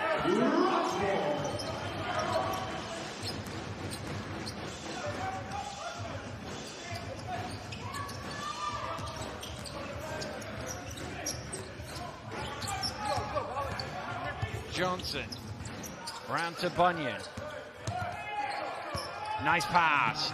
Jack Downey. Oh, and the follow from Harris. Wow. Jordan Harris in the top 10 about dunking on his own teammate. Wow. Well, it looked like he was in an elevator there, just climbing on the top of his own teammate. He dunked on Boban Jack Downey. Martin with a 1-foot shot. And that end is where the issue lies, on the defensive end. Johnson kicks out to Vance Johnson, who gives up on it. Then the Lions get an easy layup, back to an easy dunk, in fact, for Dirk Williams. Wow, that's inexcusable. You cannot do that. So, okay, it's a mishandle. The frustrations are there, but you can't give up on the play. That's unacceptable. You've got to run back and take the backcourt in that violation. Martin commits the foul. Well, I think Gareth Murray is going to explain that to him because he's taken Vance Johnson out of the game on that. Well, I think that this should have happened earlier. I mean, based on the first half, you know, I'm trying to get Fraser Malcolm into this game as early as possible. He was their best player offensively, or one of their best players offensively in this first half, and he's done it in an extremely efficient way, and so that he hasn't missed one field goal. But they also have to find a way to get Bunyan going, as he currently sits on 0 for 4. We talked about that backcourt matchup earlier here, and London Lions are dominating with the combination of Reese and Williams. Johnson steps away and hits the triple. That is very difficult indeed. And that's a 7-footer contesting that jump shot. Wow. Well, Reese threw the alley-oop, but it was nowhere in the vicinity of Kelly. Johnson to Harris. Oh, Kelly denies him. Goodness me. That was going to be above the rim. Epic meet there, and Carla Kelly wins that battle. But Kelly won this battle on the floor. Usually, Kelly being a high flyer himself with sky up, but he got hand on the ball before Harris was able to extend and fly over the top. Great defensive play there by Kyler Kelly.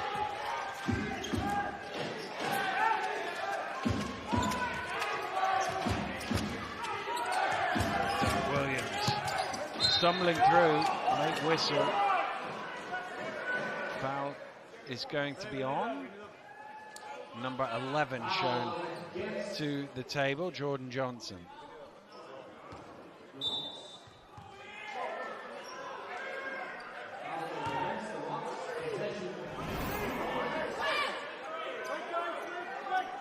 A little slap at the ball was what was called. And this game has been quite physical for two teams that's, gotten up a combined nearly 43s tonight. So the refs was also from the very beginning to let these guys play. It's a lot of hand checking going on. Huge physical battle, which preps us perfectly for the playoffs coming soon. Genie coming back into the game. Here is Reese.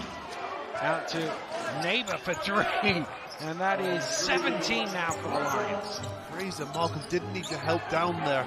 We haven't seen Isaiah Reese consistently score on Bunyan down there, and what they did is it left a wide open Will Neighbor and knocked down yet another 3. Reese got a little hand on that, and it must have deflected off Johnson on the way out, although he looks unconvinced. Yeah, it probably did come off his hand. Timeout has been called by Glasgow here. With 2:43 to go in the third quarter, they trail by 8. It doesn't feel like that. I think London have made their little runs, but I feel like Rocks have responded. But again, it's their inability to get stops on the defensive end. You hit the nail on the head, Drew. It's got to be from the defensive end, and they cannot, for whatever reason, get it together this evening. They've done it so well over the last 2 games, which has resulted in a 2-0 record for them. It just shows you that the stats aren't a fluke. Glasgow Rocks currently last in that category, receiving points. And maybe we have there's some tired legs here. This team played an emotional game on Wednesday, trophy semifinal, So, with the roster that's not very deep, which Kieran touched on at the very top, maybe those minutes are starting to creep up tonight. As you see, they're very late on a lot of those defensive assignments. The other thing is, because it was a first leg of a 2-legged tie, those minutes actually matter more, at the end, where sometimes if you were up 12, you can rest guys. You keep going to try and extend the lead. It's a slightly different mindset in those first leg games. To further support that statement as well, it's very characteristic of teams to shoot the ball poorly from the 3-point line when the fatigue is there, and this is below the averages here at the 3-point line for the Glasgow Rocks. The Neighbor has the size mismatch. Johnson can't contest that. That's a tough ass there, and Will Neighbor's just got those long levers, 6'10", long wingspan. Difficult shot for any basketball player in this country to block. 10-point Lions lead.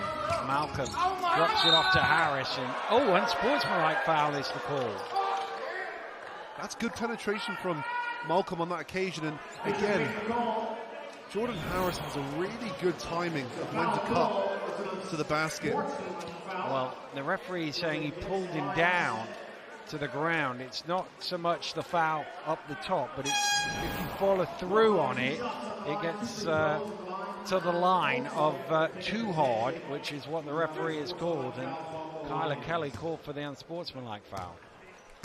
Yeah, I'm typically not a big fan of these unsportsmanlike fouls, but that is one that where we've seen a lot lighter than that, haven't we? It wasn't really a play on the ball; it was a swipe down. But speaking of that beautiful baseline cut he's by Harris, as he misses the free throw there. That's one thing we're seeing a lot less of tonight that we saw 2 or 3 weeks ago in Newcastle, where they were doing a great job of those 45 dives moving off the ball. So Rock's got to do a much better job on this end as well, player movement, body movement. Bunyan late in the shot clock here. Finds a bit of room. Still can't get one to go, Johnny Bunyan. He's missed all 5 3-point attempts. Here's a man who's certainly made a few, Kajini. That doesn't go. Johnson pushing hard, and a collision, and there will be a foul there on Washburn. So quick, isn't he? So quick, and he has that aggressive nature about him. When he goes to the rim, such a good push from Johnson. I mean, who's winning that race 94 feet? Johnson and Tyreek Armstrong from the Manchester Giants. I mean, be a good one to watch, wouldn't it? Absolutely. Wouldn't take very long. It'd be a quick watch. Washburn picks up his second foul and comes out of the game. He felt that the collision of the legs was against him, which probably was, but he's not in a legal defensive position, so it has to go against the defensive player. Glasgow Rocks are 1 for 7 from the free-throw line this evening. You just reverse commentator Kirsten there. Oh, it wasn't. Surely it couldn't get any worse. Goodness me, 14%. Again, that goes to fatigue, tired legs.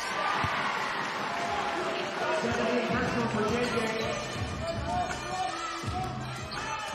for 9. That makes it a little bit more commendable. Up to 33%. And we're only down 8 though.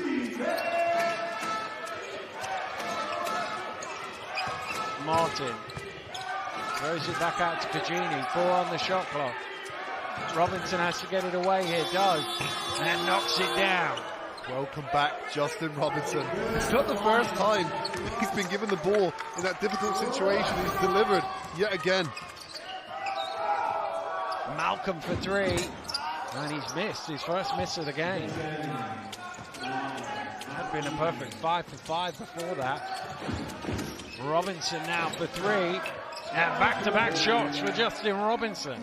And it's just amazing in this game what one bucket will do. That pull-up jumper gave Justin Robinson, who's back off of injury, the confidence to knock down that wing 3.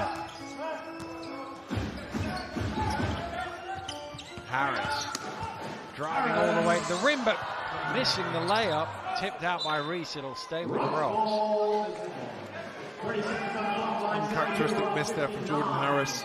He's so reliable in and around the basket. Well, the Lions have been consistent in scoring in this game. 24 in the first, 23 in the second, 25 in the third. It is the Rocks who have fallen off here in the third with just 16. Johnson trying to add to it. 5 now on the shot clock. Driving in, dumps it off to Jack Domney. He throws it down on the shot clock buzzer. You have a creative point guard like Johnson, who did all the work there. 6th assist for him this evening. Boba and Jack Domney says thank you very much for that very easy dunk. Foul called on Bunyan. It's only his second. It's not a free throw situation. It's the team 4. And that's a great foul by Johnny Bunyan, the experienced guard, understanding time and clock, forcing the Lions to take it out from the sideline. And again, what a foul to give, understanding. No, that's oh fifth. no, that's the fifth. So it will be free throws this time. It's also his third. I don't think he meant to do that foul either. He just got beat off the dribble. I think Isaiah Reese just got his number there and flew by him. 16 points and 9 assists for Reese with still a quarter to play. Well, he said this in your interview, Drew. He said, I caught rhythm, and he's that type of guy, isn't he? He seems to score in bunches or spurts in games. So he's happy to play the facilitator role for patches of the game, but he's also happy, or he also has that ability, to take over a game with his own offensive skill set and ability. It's clear that he has the offensive talent. We've seen what he's done in the European competition. It just seems at times in the British Basketball League, he's not as focused. Well, that will do it. A very good quarter for James Veer and the London Lions. They scored 27. They stretched their lead by another 9 points. And with 10 minutes to play, they have a 13-point advantage. Can the Rocks find a way back in this one? Find out after this break.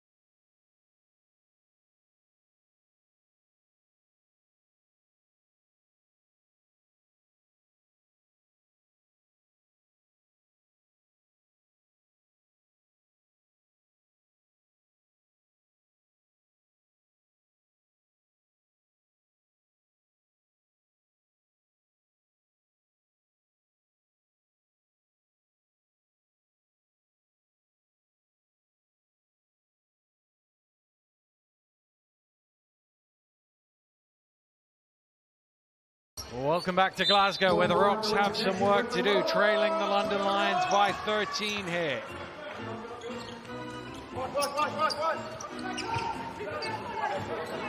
Jordan Johnson. Cross court to Johnny Bunyan. Finally, Bunyan gets one to go. Well, he's too good of a shooter to go a whole game without hitting at least one. That's a really good find from Jordan Johnson. Great pass in the corner there. Johnny Bunyan gets it to go.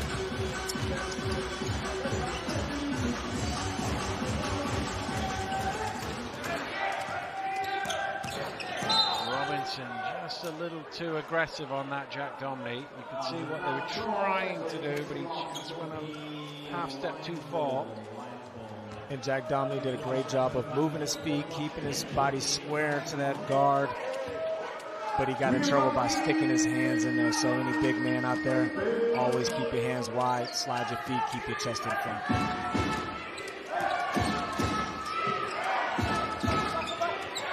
Kelly in the corner is Washburn.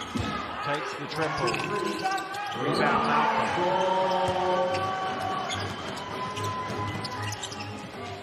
Domney down in the low block, giving it to Malcolm, but he can't quite reach it.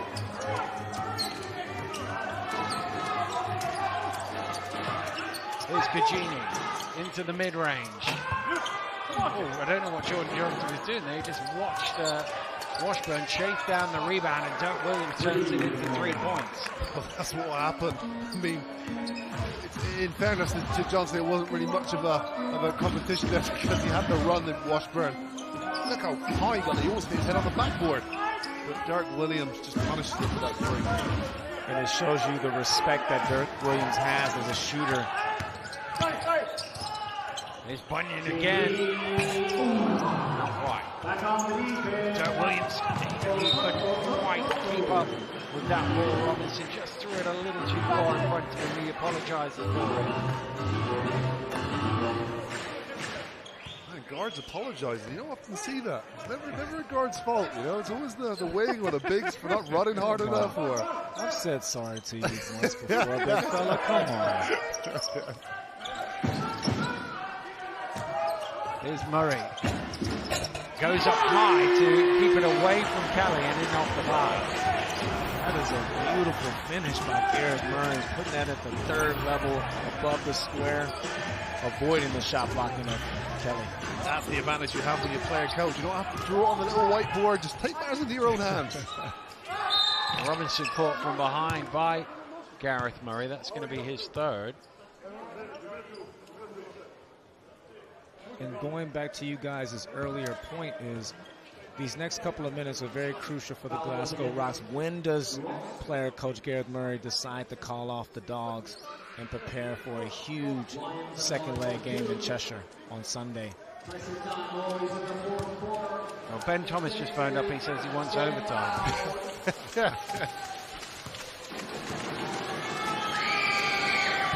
Well, the way that Larry Austin Jr. finished that game on Wednesday, if the other boys come to play, because Cheshire sleptwalked through most of that game. If it wasn't for Larry Austin coming to save the day, they'd be down by much more than 12. I agree. Larry Austin Jr. is the difference maker. They could have easily lost that game by 20 plus points. Well, they beat the Rocks by 20 in Ellesmere Port in January, so they might not have thought they were out of it even at that stage. Here's Murray for three, and pulled off the rim by Kyler Kelly.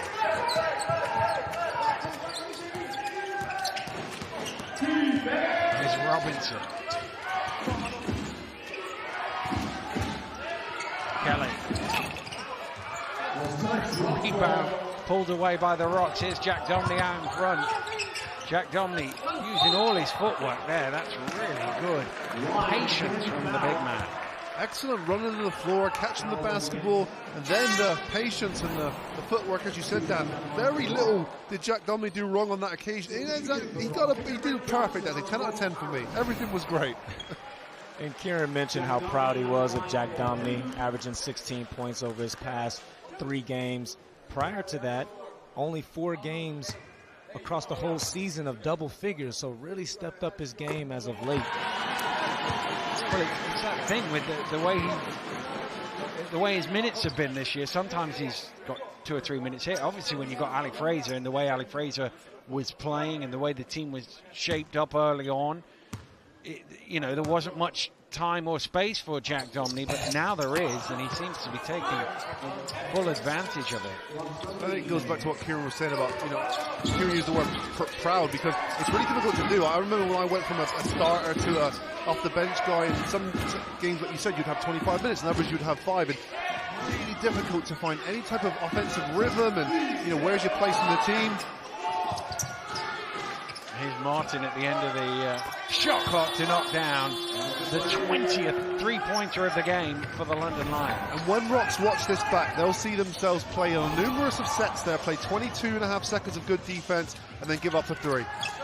Could we have 21? Yes, indeed. 21 of 31 from three-point range is unbelievable shooting for the Lions. Everyone in here is Rocks fans thinking, when will this stop? I don't know, guys. London Lions look like their confidence is sky high from beyond that three-point line. And they should pull the umbrellas out here in Glasgow Emirates Arena, because it's raining threes. As you mentioned, Dan, 21 to 31 from the three-point line, which is an amazing percentage. I was thinking, where are you going with that? It was beautiful. Well, I was also wondering, when Rowe was talking about his time coming off the bench, I was expecting going, I got in a half one game and I couldn't really cope with it. Well, it's really difficult, it is, and I think Boban Jokdomdi is someone who's earned himself not just significant minutes, but a starting spot on this Rocks team, and I think one that's taken away by, look, Ali Fraser is an all-BBL All-Star, so what I'm not saying is unjust, but I think some of the games were unjust where he's played 5 minutes or 3 minutes here and there, so to have that mental resilience and mental toughness to keep yourself locked in and be the producing starting center now that your team's going to look for you for the rest of the season, it's a credit to Boban Jokdomdi. Because as you mentioned, and from experience, that's when that self-doubt starts to creep in, You start doubting yourself as a player. Can you still play? Do you still got it? So credit to him. Coming back, getting his opportunity, and taking full advantage of it. Off the mark from Malcolm.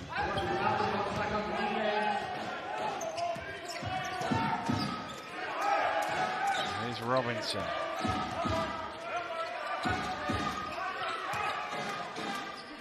Out to Washburn. Martin. Well, a rare miss from three-point range for the Lions, sorry.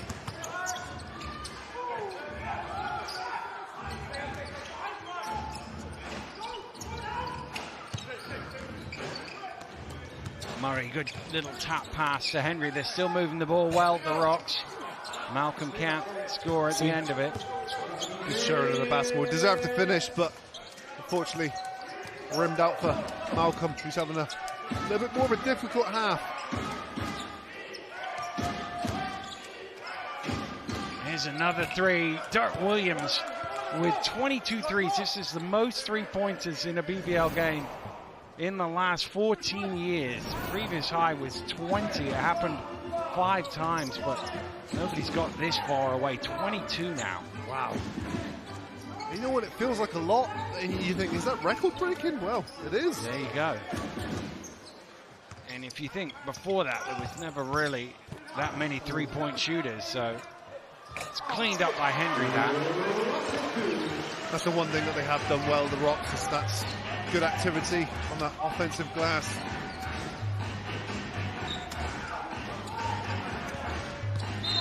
Martin back down. I mean, the way you just look at it is, if the Lions didn't make a single free throw or a single two-point shot in this game, they would be down by 3. And that's it. That's how many threes they've made. They would only be down by 3 points if you take away the 2s and the 1s. You're just bragging on your math skills there, mate. I mean, we know you went to a good school.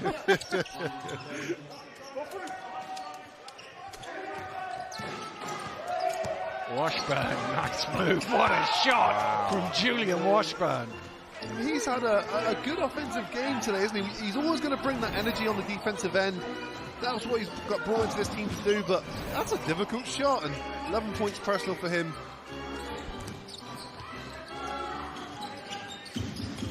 Murray puts it on the floor and deflected away. It will stay with the Rocks. But I love the way that the London Lions have been scrambling in this second half defensively. Look at that, 2 bodies over there to Murray. Washburn getting his hands up. That's the type of effort it's going to take if they're going to run this table and have a chance at the league title.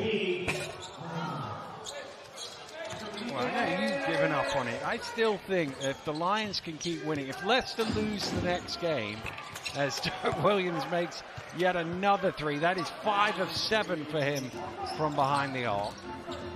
Goodness me, when they do this, that's when you think to yourself, this could be such a beast of an offensive machine. What I would say as well about the Lions' recent wins as well, they've won close games where that's good. On a championship game, championship caliber team, you need to win games. And if it's ugly games, who cares? If it's games by the last second of the game, who cares? Like, if you're winning together as a unit, that does pay dividends later in the season. And you know, they get criticised for not being able to score that high-scoring ball they were previously, 90-plus points a game. But this London's Lion team could be growing in strength. Whoa, Martin takes one to the face there.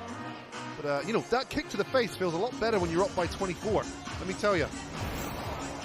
I don't know that a kick to the face ever feels good. I was going to say, I mean, to your point, and I think with the London Lions are more battle-tested now. We think about the cup competition. They played a unmanned Plymouth team and a Surrey team that was struggling as well, and kind of lost a little bit of respect for the league, and so it came and bit them back in the butt later on. But now you see them locked in and engaged, and they understand that on any given night, you can lose in this league. Well, 3 to play.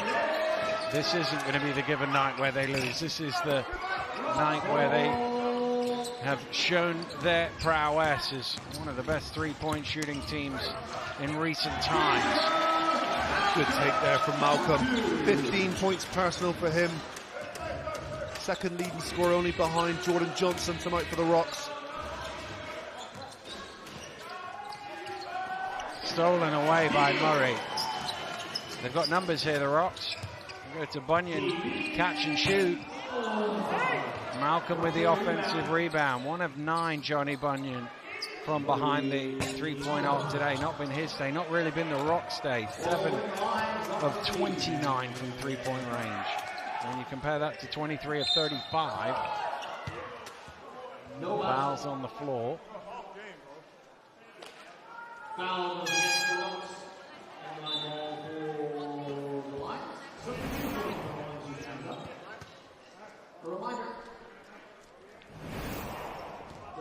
Well, the good news for the Rocks in terms of the 3-point shooting, they just brought Kajini in the game.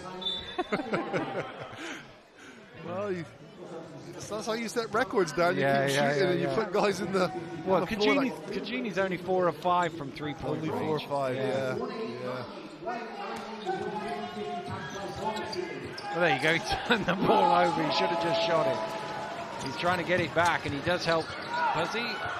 Deflection, pinball out of bounds. They're not sure, the 2 officials. Going to have a chat.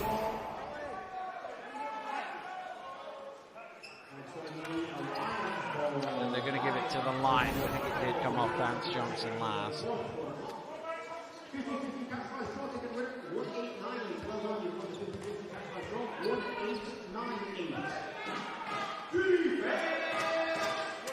Lions almost trying to lengthen the game, really, not starting the clock. Here's Reese. Foul called. That'll be the 5th foul on the Rocks. Team fouls. So 2 free throws.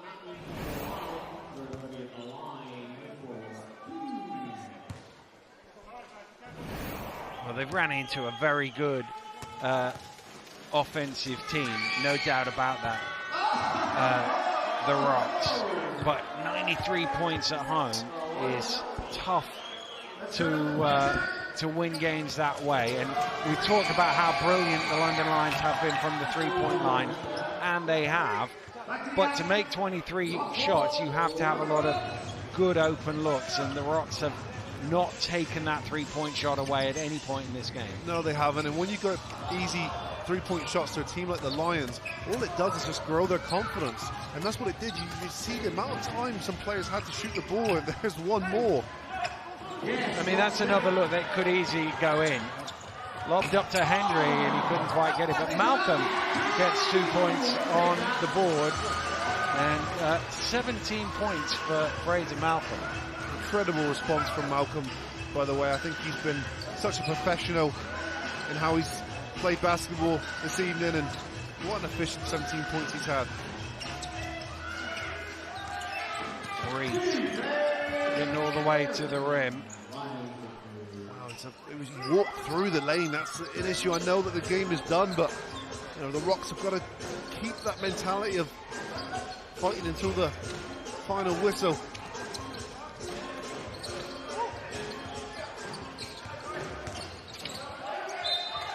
That kind of sums up his day. Yeah, the struggles continue for Vance Johnson. Drew pointed this out. He's had his time now. His honeymoon phase is over. He's had that time to settle in. But tonight, 6 points, 3 of 8. He's had 9 rebounds, which he's worked really hard on the boards. But they just need more now from that import spot. Tawiah with the mid-range. A little short. Might come out to Malcolm. No, because Tawiah chases it down.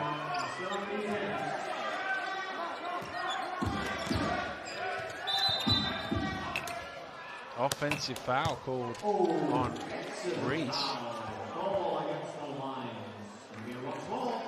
But he's not convinced. I must confess, I didn't see it from my algo. See if we can see it on the replay as he comes around the screen. Oh, it's just a little push off. Yeah. Johnny gets another one to the face. Here's Malcolm, who has equaled his career high in the BBL and beaten it. 94th appearance and 19 points is his highest tally in the British Basketball League. Good for him, well deserved. Well, the London Lions have shown their teeth here tonight in Glasgow. An incredible shooting game where they made 23 three-pointers in only 36 attempts. Incredible shooting. 4 of 5 from Kajini, 5 of 7 from Williams, 4 of 6 from Reese, 3 of 4 from Washburn. It goes on, it goes on, it goes on. And if they shoot like that, they will beat anybody in the league. They will, Dan. They get up about 32 three-point attempts a game. So they've only shot 4 above their average. But what they've done is they have been on fire, haven't they? 23, as you said. Sometimes it takes teams 3 or 4 games to get those numbers. Yeah, and scoring has been a little bit of an issue for the Lions in recent weeks. They've been more in the 70s than the 90s, but they'll be pleased to get right back there. For Glasgow, this one, they just have to throw it out the window and get ready for Sunday's second leg. Yeah, you hope it doesn't have any, mental hangover here. It's a heavy defeat that they've got here tonight, coming off the back of 2 very impressive wins that they had over the course of the last 7 days. So you want to regroup here. The focus now will be on Sunday. Maybe part of the mentality was the focus on Sunday, and that was the issue with this game in between. But the Rocks have got to take confidence in some of the things they've done. Well, an incredible three-point shooting display from the London Lions. Let's have a look at the numbers. They are, in black and white. You shoot in the 60s and you make 23, you will win every game you play. They almost made as many threes as the Rocks did twos. They made twice as many threes as they did 2-pointers, and that was just the incredible thing about it. Just how the volume of threes. It's almost like all the other numbers are irrelevant next to those threes. The modern day game of basketball is certainly different, but the London Lions did a really good job as well, pushing the basketball. Isaiah Reese, 11 assists for him. He found his teammates in those spots. You had it in a number of different ways. Gagini, Williams, Neighbor hit some threes. So they had good variety of their weapons on offense. Well, an excellent performance from the London Lions, and Drew is with our game MVP. Let's get some reaction. Isaiah, you were the man of the match, but it was a collective effort tonight, 23 threes. What does it say about the talent throughout this team where it could be anybody's night? That's what it is. It could be anybody's night, and we know that. So we just going to feed the hot hand. But when it's a collective effort, it's hard to stop us. And tonight was your night in particular. You finished with 21 points, 11 assists, and 3 steals. How were you able to find your spots and stay aggressive? I just took the shots that were there, the catch and shoots, just got to spots and just it felt good, so I just let it go. And what were the adjustments in the second half that ultimately allowed you guys to pull away? We just started playing defense for real. Like I told you, first half, we need to play defense, and that led to us scoring. We got a lot of transition buckets, and we were just finding guys open. And lastly, Isaiah, 11 games to go. Are you guys going to rally to win the league? That's the plan. So we got to just take one game at a time and have collective efforts like this, and we'll be fine. Well, great start tonight. Thanks for your time. Thank you. What a great start it was for Isaiah. He's literally in the game, absolutely on fire in the first quarter, and he kept the pace going. A double-double for him, one of a number of Lions players that really stepped up tonight for the Lions. An emphatic win for them. And Kieran Achara, I've got to ask you what this kind of performance means for the title race, first of all. I mean, it keeps it, at the very least, mathematically alive for London, right? You know what I said last week? I think the title is over. I think Leicester, but the only thing London can do is continuously grow as a team. And that's going to be with wins, wins and wins. And right now, any player who's playing the game of basketball, they're always thinking about the playoffs. Winning the league is a great feeling, but winning that playoff, that's the last piece of silverware going into the summer. So right now, their fixation and focus will be being the best team they can be going into those playoff runs. Let's talk about our MVP, because it was a really, really imposing performance from him. He really set the tone early on for the London Lions, and that was something we talked about at the top of the show with Drew, wasn't it? He's shown flashes of that through the season, but maybe hasn't yet been the player we expected him to see. But if he carries on playing like that this end of the season, it could all come together for him. Well, he's a great talent. He can score in multiple ways, shoots the ball really well, breaks his defender down, he's always getting into his bag, can also dish the ball as well. But he had 7 turnovers again tonight, and that was that up and down thing I say about their offense. It's kind of, Jekyll and Hyde in many ways. Sometimes it's up, sometimes it's down. But when he's going, he is very, very hard to stop. How disappointed were you with this Glasgow defense? It has struggled this season, but as you said in our pre-game, it has really, really stepped up in recent weeks. Were you underwhelmed by what you saw there? Very much so. And, I actually saw it in the glimpses of the Cheshire game in the fourth quarter. Glasgow were scoring the ball really well, but they were just trading baskets, and that was the old Glasgow Rocks to me.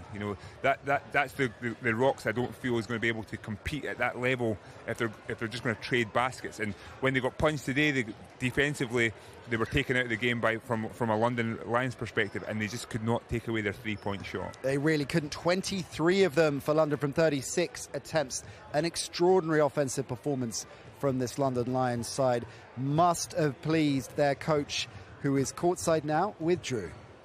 Coach, 79 points over your last 4 games, but 96 tonight. That looked like a championship team. Talk about that performance. I thought second half performance was very professional. I thought that defensively we were a lot better. It allowed us to get out on the break, get some transition points, some easy ones, and it leads to, for us, transition threes, ball hitting the paint, kickouts. And I thought we were really good second half, as well as we played for a while.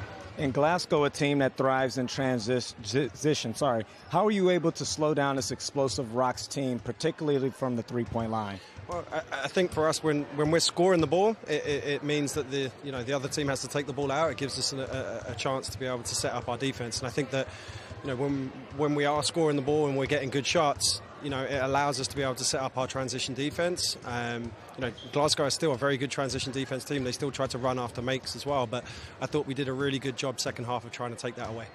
And another rep for you as the coach. How would you define your comfort level as the London Lions head coach? I'm comfortable in the position. It's still, like I've said before, it's still a work in progress. It's day by day. We're getting better day by day. and hopefully we can continue to build on this. Great victory, Coach. Thanks for your time. Thanks, Drew. Of course, the Lions offense is going to take their headlines, but their defense holding the Rocks to just 32 points in the second half. Impressive on both sides of the ball. Very impressive. And I was watching Washburn actually at one stage, Gareth and Bunyan. He made him really tricky. That actually when Johnny was open, he was rushing his shot a little bit more. So mental games as well. I think they've got some great defenders. Kelly, an unbelievable shot blocker. Washburn, a really good lockdown defender. Isaiah Reed's got quick hands as well, getting a lot of steals. So they have the pieces. It's getting that consistency, to be said, and that's something London's usually has as their identity. And I think if they can get back to that way of playing, it'll be fun in games at the offensive end. You talked about that at the top in the pre-game, how under new stewardship, of course, it's inevitable, isn't it, that they're going to take time to necessarily find their true identity under Coach Fear. What have you made of his start, particularly putting this performance into context in that question? I think when I'm looking at them at the offensive end, I think they're a little bit more structured, getting into their positions, spacing, looking for specific cuts. It doesn't look like they have the same amount of freedom as they had previously, but that's a learning focus as well too. I can actually see him thinking a lot about the plays and everything else. So he's clearly brought in some of his new offense as well, which is, again, it's a learning process for that team. Okay, let's look at some of the other key players that stepped up, and there were plenty, weren't there, for the London Lions. Dirk Williams, efficiency was the word that Drew Lasker used to describe him, and we saw that, but he was another one that was absolutely on fire from downtown, 5 of 7 from the three-point range. Yeah, one word to describe Dirk Williams for me is lights out with a hyphen. We'll take it. He finds a way. Like I was looking at his stats as the game progressed. I thought he was becoming quite a quiet night. Right. It's right there, knocking down shots when it's needed. Justin Robinson back from injuries. The injury, of course, has affected him. We saw him go down last season. And this season it has affected him back in the lineup. And at clutch moments, key moments, he stepped up. We always said that Justin has that clutch gene. I think actually the Lions were tweeting about that today. But he definitely has it. And actually, he had a 5-point little run, 3-pointer, 2-pointer, and a big 3-pointer, which actually stretched the game away. Glasgow were close, but Justin literally closed the gap, and there was no turning back from there. Let's talk about the Rocks, because I think the thing that really stood out for us as we were watching the game, and I'm sure to everybody at home as well, was JC Hillsman, or more specifically, the absence of JC Hillsman. Their leading scorer, leading rebounder, is coming back from injury, of course, played just 3 minutes in total tonight. Why do you think that was? Honestly, I have no idea at this moment in time. I'm speculating. I'm looking around. I was looking at body language and everything else. I saw him talking with the assistant coach at one point, shaking his head. I don't know if he's hurt, he's injured, or there's been a fallout, or it's resting him up because he just came back from injury. But I'm hoping it's the latter. I'm hoping that there's nothing in the camp there that's kind of affecting his performance. I'm hoping they're just resting him up for this big game on Sunday. Well, let's see if Gareth Murray, the Rocks player coach, can shed a little bit more light on that. He's courtside now with Drew. Coach, 21-point loss, but the game was much closer than the scoreboard reflected. What do you make of tonight? Tonight was trying to get through the game without anybody getting injured, to be honest with you. We knew it was going to be a tough game against London. As you see, they have a lot of guys that can score the ball, especially from three. We try to keep it close. If we kept it close, we would go for it. If it was out of hand, we'll try to rest guys for Sunday. And speaking of rest, offensively not as sharp specifically from the three. Do you think that the tight schedule coming in caught up with you guys tonight? A little bit. We missed a lot of open threes. We missed a lot of maybe a little bit fatigue in there, but we missed a lot of open ones. Johnny 1 for 9. We don't see that too often. But overall, I thought we lost the game, yes, but the bigger perspective was for Sunday. And you've been here before. No time to dwell as you take your 12-point league into Cheshire on Sunday. Feeling confident your team can get the job done? Yeah, definitely. I think the way we played on Wednesday night, the way we were more disciplined on defense, we shared the ball on offense. Don't get me wrong, it's going to be tough going into Cheshire. They're playing well at home, but yeah, we'll be feeling confidence for sure. Good luck on Sunday, Coach. We hope to see you here in the trophy finals. Thanks for your time. Thank you. Inevitable that they are going to have one eye on Sunday. I guess what we were trying to work out is the impact that was going to have, just how significant it was going to be in terms of his player rotation and how they were going to approach this game. So what did you make of that, how the Rocks approached the game in totality? Because the first half it was so competitive, but then, of course, it ran away from them. Definitely, and Gareth said it best there. It was one of those things, they were going to throw their punch, see how it was going. If they stayed close, they're going to try and win that game. But as soon as London started to pull away, Gareth was thinking about Sunday. That was on his mind. There's no right or wrong in this situation. Only time will tell. But at the same time, like I said, from a Glasgow Rocks perspective, it was going to be very, very difficult not to think about this big game on Sunday, because it means a lot more than just making a trophy final. It's making a trophy final in Glasgow. Well, it's huge for them, isn't it? Do you think there's a gamble, though, in terms of morale? Because at the half, they were maybe looking at this and thinking, well, OK, we're in a close game, whichever way it cuts. And a lot of people thought it might not be as close as it was. And then you look at the deficit here, 21 points at the final. Is there a danger that that's going to affect them in terms of going in to a crucial game, a key game, a little bit underwhelmed? I don't think so. Like I said, I think their mindset was already fixated on that Sunday game. The one thing I get worried about is if you don't take the league seriously and you're already not in a playoff position. That's, every game counts right now. They are fighting to make those playoffs, and Glasgow Rocks need to be in those playoffs. They had some big performances tonight, even though the result didn't go their way. Most notably from Jordan Johnson, 17 points and 7 assists. It's fair to say, Kieran, he was the standout player for them. He was the standout player, and we said it a few weeks ago he was hurt, so it's nice to see him getting back into action. His change of speed is actually ridiculous. He was shooting the ball pretty well tonight. He's controlling the tempo of the game. It's great to see him playing good basketball, because that's what Glasgow Rocks needs. Drew Lasker, I'd like to say, back with us. What did you make of his performance tonight? It was great to see him back to his normal self. I mean, he looked explosive, he looked healthy, which is very encouraging for the Glasgow Rocks going into Sunday, because it's a must-win for those guys. That's pretty much their season on the line, so it was great to see him have a big performance. What did you make of the Rocks' overall performance tonight, Drew? I thought they competed. I mean, the game was a lot closer than probably what the fans would have expected. You got the London Lions creeping into town, and you look at the Rocks' form as of late, but they competed and to the very end of the game, and ultimately the threes that London made. I mean, no team would have been able to beat the London Lions tonight after you make 22 threes. So credit to Glasgow for competing, but now they got to shift to Sunday. Let's look at Fraser Malcolm, another player that had a big night for them, certainly in the first half. I mean, he was very much, Drew, the catalyst, wasn't he, for their fight back? Yeah, that was big for him, and I think Dan mentioned a career high, which is big for the Rocks, who's a team that doesn't have much depth. You're looking for that next guy to step up. Vance Johnson hasn't been that guy yet, so to see Fraser Malcolm step up, have a big performance is huge. And we're seeing the offense here from Fraser Malcolm. It's 7 boards for him as well, 5 of them defensive. He had an impact at both ends of the court, didn't he? Huge impact, and Drew would know fine well when we smacked him in the Commonwealth Games.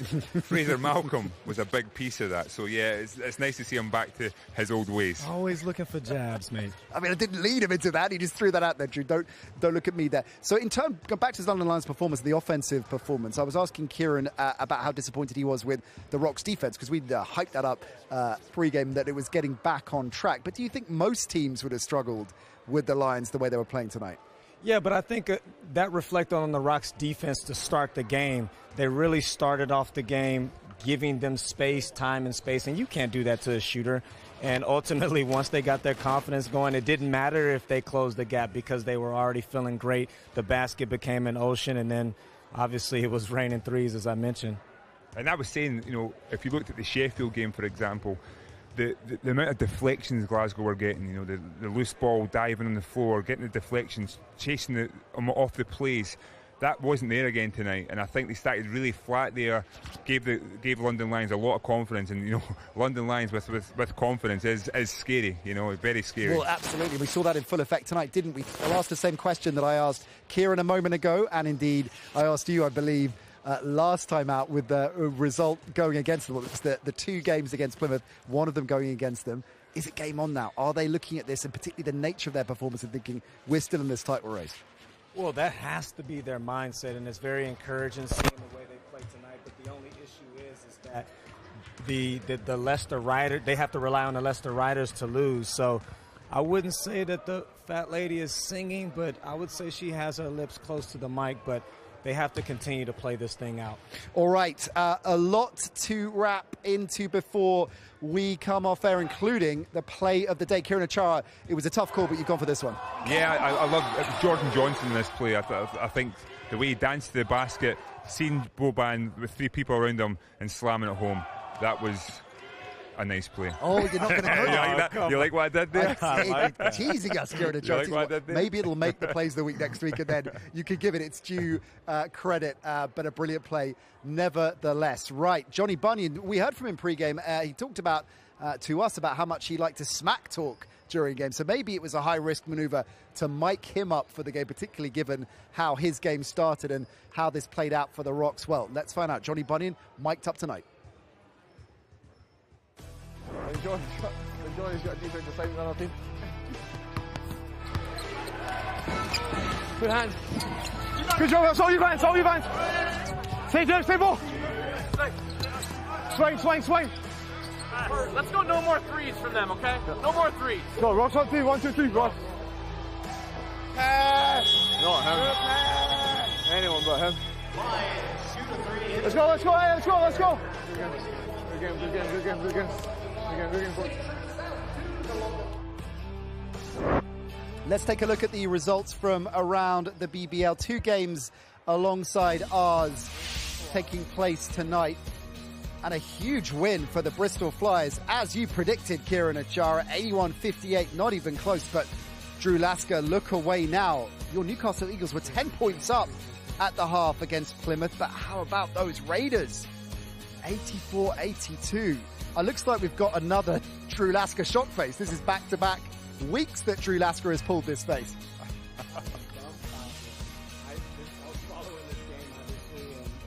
Oh. Yep. So, he's so dumbfounded, he's speechless, I think, for the first time. He doesn't know what to say at this moment in time. But I'm not going to not toot my own horn. I called it. I thought Bristol and Plymouth had enough, and they found that way tonight. Oh, okay. I'm being told, hold your horses. I'm being told it's not a final. No, it's all right, Drew. No. You can't speak. Okay. It's not a final score. 84-82 is the latest score. There is 30 seconds left, though, so we're going to... Oh, it's 82, it's 85-82 now, so Ramon Fletcher needs some magic. We'll keep you posted on that, Drew. Hopefully that will wrap before we get off air. Massive win for the Bristol Flyers. So outside of the Phoenix, who of course slipped up in the trophy, Kieran, against Glasgow, who else is looking like they are timing it reasonably well as we get towards the playoffs? So obviously we have to talk about Plymouth. I think Plymouth are right there. Bristol, I said a few weeks ago, I felt Bristol defensively they'd really stepped up. They're going through some hard times, but right now it's so open. Like you literally do not want to call anything because people will look back and say you said this. Actually, sitting on the fence is probably the best thing to do at this moment in time. Very wise choice as well, big man. Well, one thing we do know for sure, even if we are sitting on the fence with certain things, there is a lot of basketball still to play, and it is all coming your way right here on Sky Sports.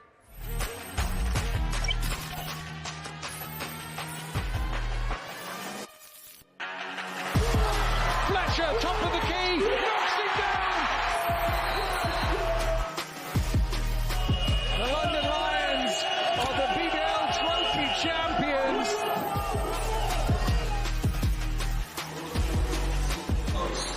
To the turnaround ball away, off the glass!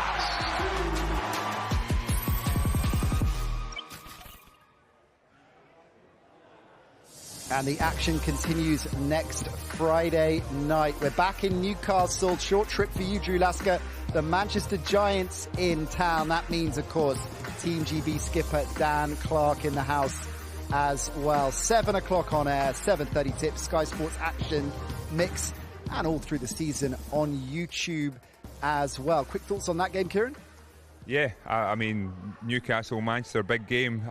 You know, I'm going to sit on the fence again and say whoever scores the most points is probably going to win that game. It's the hot take from Kieran and Joe. Still 3 points behind Newcastle with just seconds remaining. But I tell you what, if they could pull that one out of the bag, that would be great momentum for next Friday night's game, right? I mean, I would hope so, else I would need a cuddle from you, big fella, afterwards. All right, we're going to be watching that score keenly. At the moment, the score is still 85-82. So I can guarantee you, viewers, the moment we come off air, Drew Lasker will be running over to his mobile and desperately checking out that score. You could stick on Sky Sports News and find out the updates there and to see whether the Eagles did pull that off. Brilliant win from the London Lions tonight, though, here in Glasgow, laying down a marker to Leicester, who haven't yet got it all sewn up. Glasgow, on the other hand, well, they've got their eyes on Sunday, and that second leg of the BBL Trophy semi-final could be a hometown trophy final appearance for the Rocks here. We've got that game live